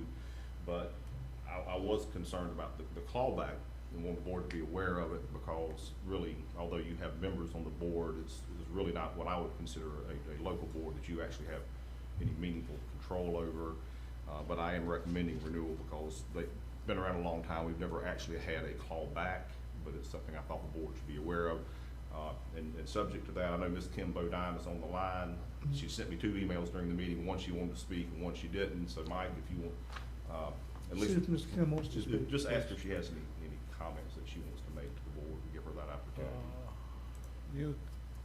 Hey, Kim, if you want to make any comments, you can go ahead. You're unmuted. Good morning. Can Good you morning. hear me? Yep, barely. Actually, I was just on standby if you had questions. There is in federal law a requirement that local elected officials are responsible for any disallowance created by a local workforce development board. That's been the case. I've had this job for 26 years. There were 2 laws before the current one. One was the JTPA, the Job Training Partnership Act. You may recall that. The last one was WIA, Workforce Innovation Act, and the current one is the Workforce Innovation and Opportunity Act. So within all those laws, that has remained a constant. We do have a interlocal agreement with all 3 of the county commissions in the region that we serve. And in that agreement is the statement, the part of the law, the clause, that indicates that local elected officials are responsible and cannot waive the responsibility for disallowances of funds or misexpenditures of funds by workforce boards. So that has always been in place. We have never had a disallowance, and I hope and pray we never will have. We would certainly never intentionally have a disallowance, although sometimes federal programs can be very complicated, as I'm sure you all recognize as well. I will tell you additionally, our board has amassed some unrestricted funds balance between $300,000 and $400,000. We hold on to that money in the case that we may ever have a disallowance, that we wouldn't want to come back to our local elected officials to bail out of anything like that, because we know that would be hard for all involved. So if you have questions of me, I'm happy to answer them. Okay. And Commissioners, if you have no questions, again, my recommendation is for the board to approve the extension and the subsequent designation. Thank you, Ms. Kim. Go ahead, sir. Ms. Kim, how many people y'all put on a new program? How many people we got working now? I think in the county we probably have, let's see, there's 14 under the county's agreement with us. We have 7 with Franklin's Promise, and I think we have 3 or 4 in other locations currently. Okay. That's with that new program y'all put on, or is this just old? Well, there's a mixture in there. That's Hurricane Michael, that's Hurricane Sally, and it's COVID, dislocated worker grants. All of those will probably end this program year before June, sometime before June, unless the federal government puts out some more money or somebody else doesn't spend their money and they move it our way. Y'all got something for old folks like me? I'll have to get offline with you later and we'll talk about what we got. Later is right. All right, thank you, Ms. Kim. Thank you, Ms. Thank Kim. you. Pleasure of the board. So moved. We have a motion to approve Second. from Commissioner Lockley, second from Commissioner Bolt. Any discussion before we vote?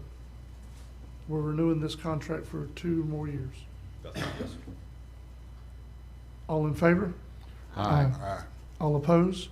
That passes unanimously. And 2 information items. Basically, I'm asking for board direction.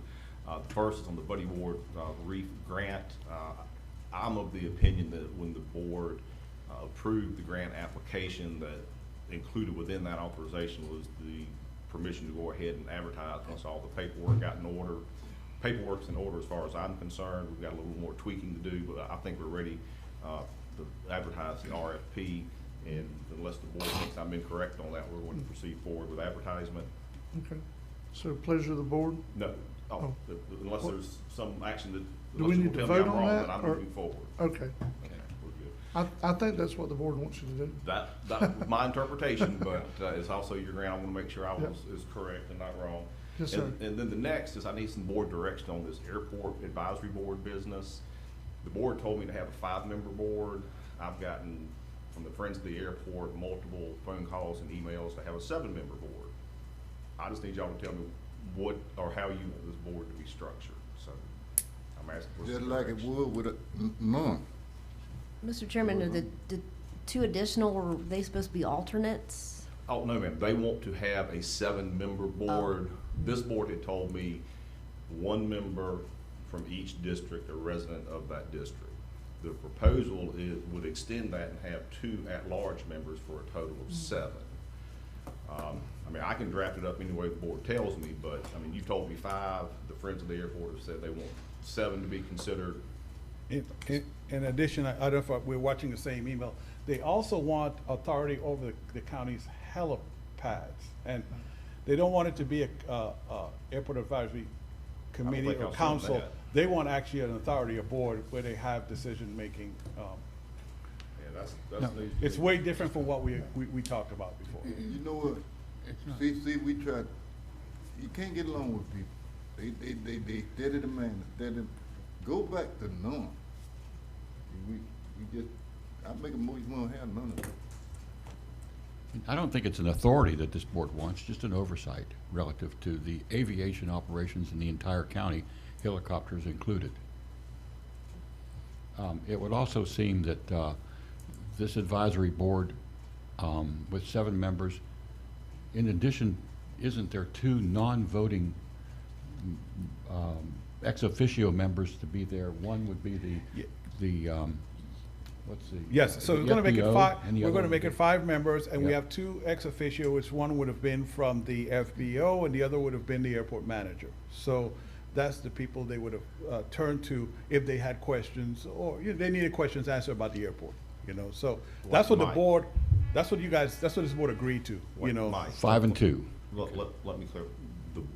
This board said 2 ex, because I don't have any recollection. I thought it was just a 5-member board, 1 member residing in each commissioner's district. It will be So if commissioner we selected. need the ex officio, I need some direction on that. as Well, I don't know if ex officio just advisory, they're non-voting members, let me put it that way. Just that the airport manager, and I could be wrong, but I thought I said the airport manager and 1 FBO representative would that's right. sit or, well, I don't, maybe I said attend the meetings, that could be the problem, you know, to make sure they give them any advice that they need. But if, Wait for the chairman to return, right? yes, let me Okay. wait for the term, because I kind of have something else.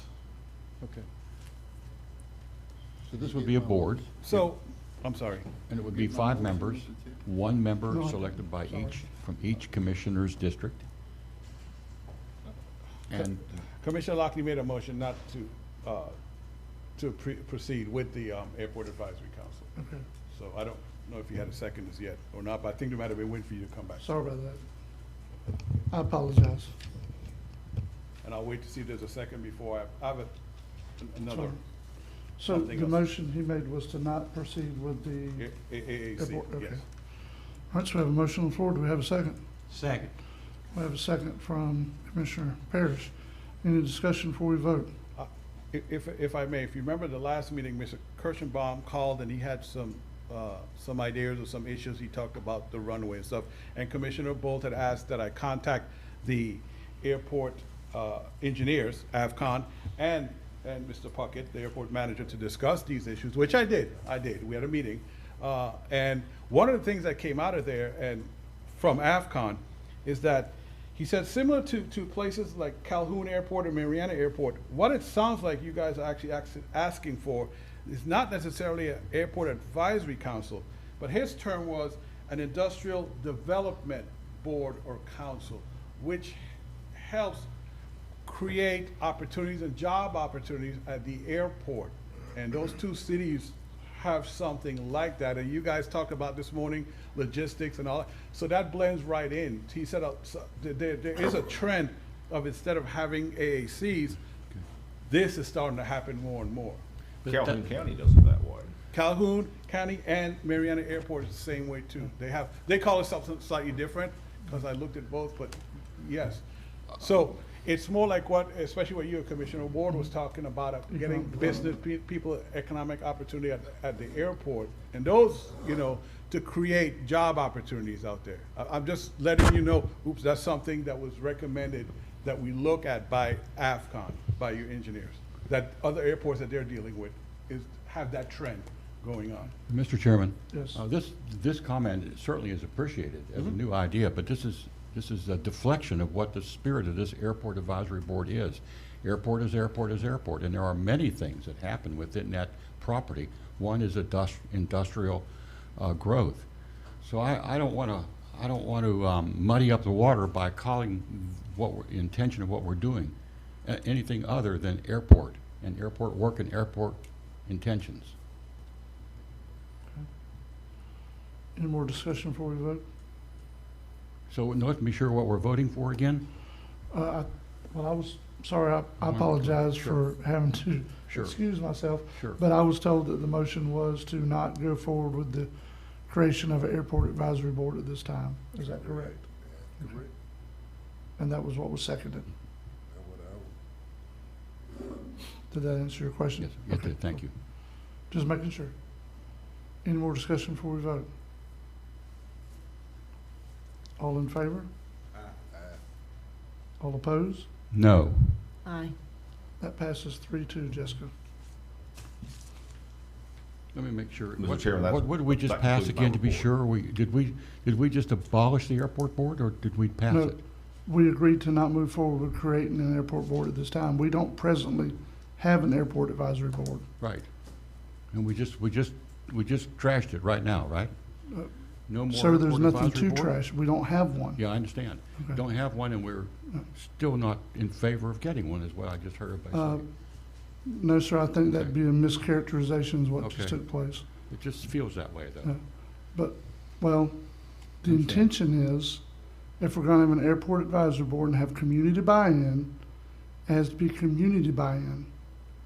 This board cannot be, and I'm sorry, I'm just speaking for myself. We cannot be pushed, pinched, bulldogged, made to look bad, and then all of a sudden, that's the direction we're gonna go because you've done that to us. That's not gonna work well. It hasn't worked well. It's not gonna work in the future. And I think that's part of the problem. Again, if we want community buy-in, we need it from everywhere in the county. I understand there's a lot of people that have interest in an airport, and they might happen to be neighbors, but that just is what it is. To have community buy-in, it needs to be a community-wide board, not just aviation only. So I think that's part of the discussion, part of the problem. And until we can find a way to move forward, till you have a clear path forward, you don't go forward. I know, Mr. Chairman, that I clearly see what you're saying. Much of the discussion relative to the airport has been by people who have been involved, committed, actively engaged, and passionate in the airport spirit. One of the greatest spirited subjects in this entire county has been regarding the airport. I don't call it pestering or nagging or anything, any of those words. I think these are wonderful, passionate people that are committed and involved. Volunteer, volunteer, volunteer. And I feel that this airport is a huge, tremendous asset and jewel in this county, and it needs to be properly managed. With regard to community buy-in, that was the purpose of putting an ad in the paper saying, hey, community, we need your help in coming in and giving us some advice and support. Would you consider applying for a board position relative to your district? That's community buy-in. So, Commissioner Bolt, can I ask you a question? Sure. Since we presently don't have an airport advisory board, is it your opinion that our airport's not being properly managed? It is my opinion that your airport needs facilitation and help. Take example, your jewel, your hospital.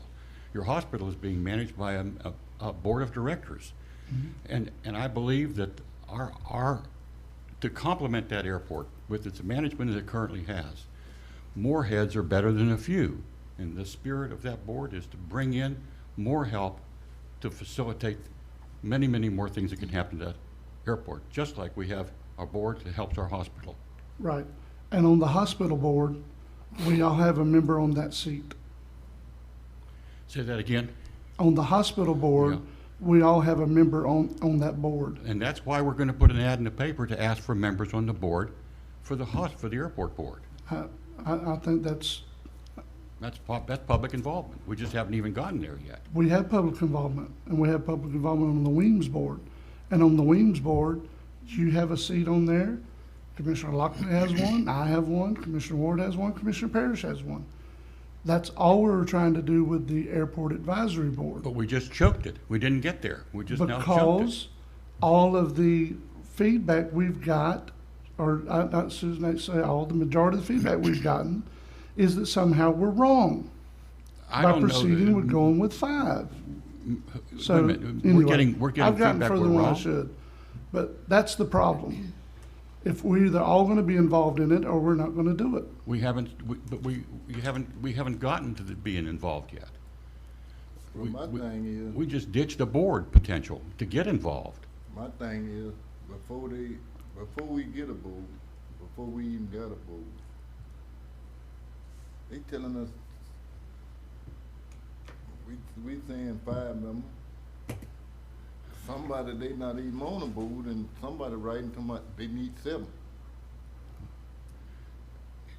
We haven't even created a board, and they trying to tell us what to do. before we even. I think these are suggestions. I don't feel bullwhipped at all about being told what to do. I think, again, volunteer, passionate people who care about this particular entity, skilled pilots, old pros, and I think they're just contributing, and I think that they really have very, very good intentions.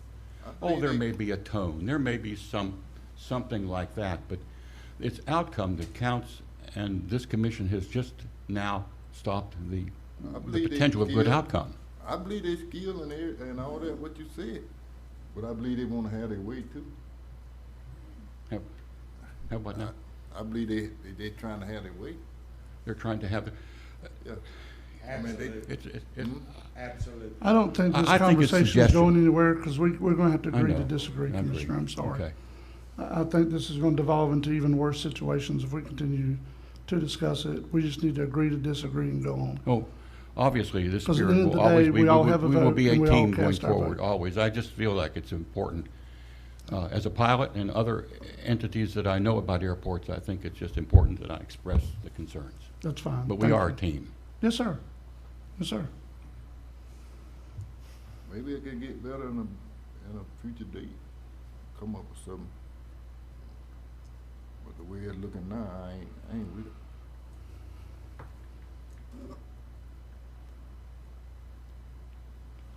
All right. So we're completely done with you, correct? That concludes my report, Mr. Chairman. Okay.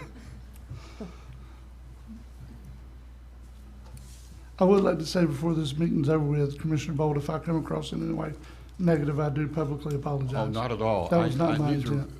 This is a very healthy process. I just think we're on two different sides of the issue. That's why we voted the way we did, and oh, sure. You can always consider me a team player every time we work on something. Once we agree, we move forward. So now we're on to Commissioner's comments. Oh, and again, Mr. Chairman, I wanted to ask about what do you see, talk about just working together and teaming, what do you see should be our agenda to talk to our legislative representatives at Legislative Day? Well, I think that you and I are the only two that are going to be able to actually attend that. Yeah, that's so right. we can probably just talk about that later. Okay. Instead of in the public meeting. But yeah, we definitely have things to discuss with them. And one of them's going to be virtual, another one's going to be in person. I ain't made up my mind yet. Well, have you put your name on there yet? I was gonna say, Put your name on there, brother. go? We'll include you. I wasn't trying to exclude you. Any more commissioner comments? I just, Mr. Chairman, I'd like to reiterate your sentiments about welcome Commissioner Lockley back to the commission meeting. Yes. Thank you. You know, it's hard to sit here with 4 commissioners and you got important decisions coming up, so we postponed some, waiting for a full board. And I'm glad to see you healthy enough to come back and join us. And yes. Hopefully we can move forward. Yeah, I agree. Yep. I was down and out for a little while. Mr. Chairman, we knew that. Yeah. I'm glad you're back. Thank y'all. I appreciate that. On the priorities for the legislative meeting, if y'all would, you and Commissioner Bolt would just communicate those to Mr. Morone. Yeah. Because those items from the legislative delegation will be coming back to this board at some future point. Right. Hopefully with some money, which means you would have to be taking official action. Right. So just communicate whatever your desires are individually to Mr. Morone. Actually, it's the other way around. I ask all commissioners to send me any concerns that they have, so I could then give that same list to both commissioners that are attending, so they in turn could have those discussions. But thank you, sir. That's what I'll do. I got one thing. Yes, sir. On that, like we were talking about that animal control, I want people to know it's not about the east and the west. It's about the right thing. As long as we do the right thing, that's what I be trying to get on. But I love animals. But the only reason I ain't got one, I don't have one. Well, I don't have time to take care. And if you know, they just like a child. You got to animals just like a kid. So you got to take care of them. And they can't be. I got one in my neighborhood right now. It's a dog in my neighborhood. The owner been gone 3 months. He running around. Ain't had a bath since he born. He about 5 years old. But you know, laying up the yard and everything. But it's about the right thing. It's not about, you know, who paid this, who paid that. You just got to do the right thing. And that's how I voted. Thank you. Anyone else? Commissioner comments? Meeting adjourned.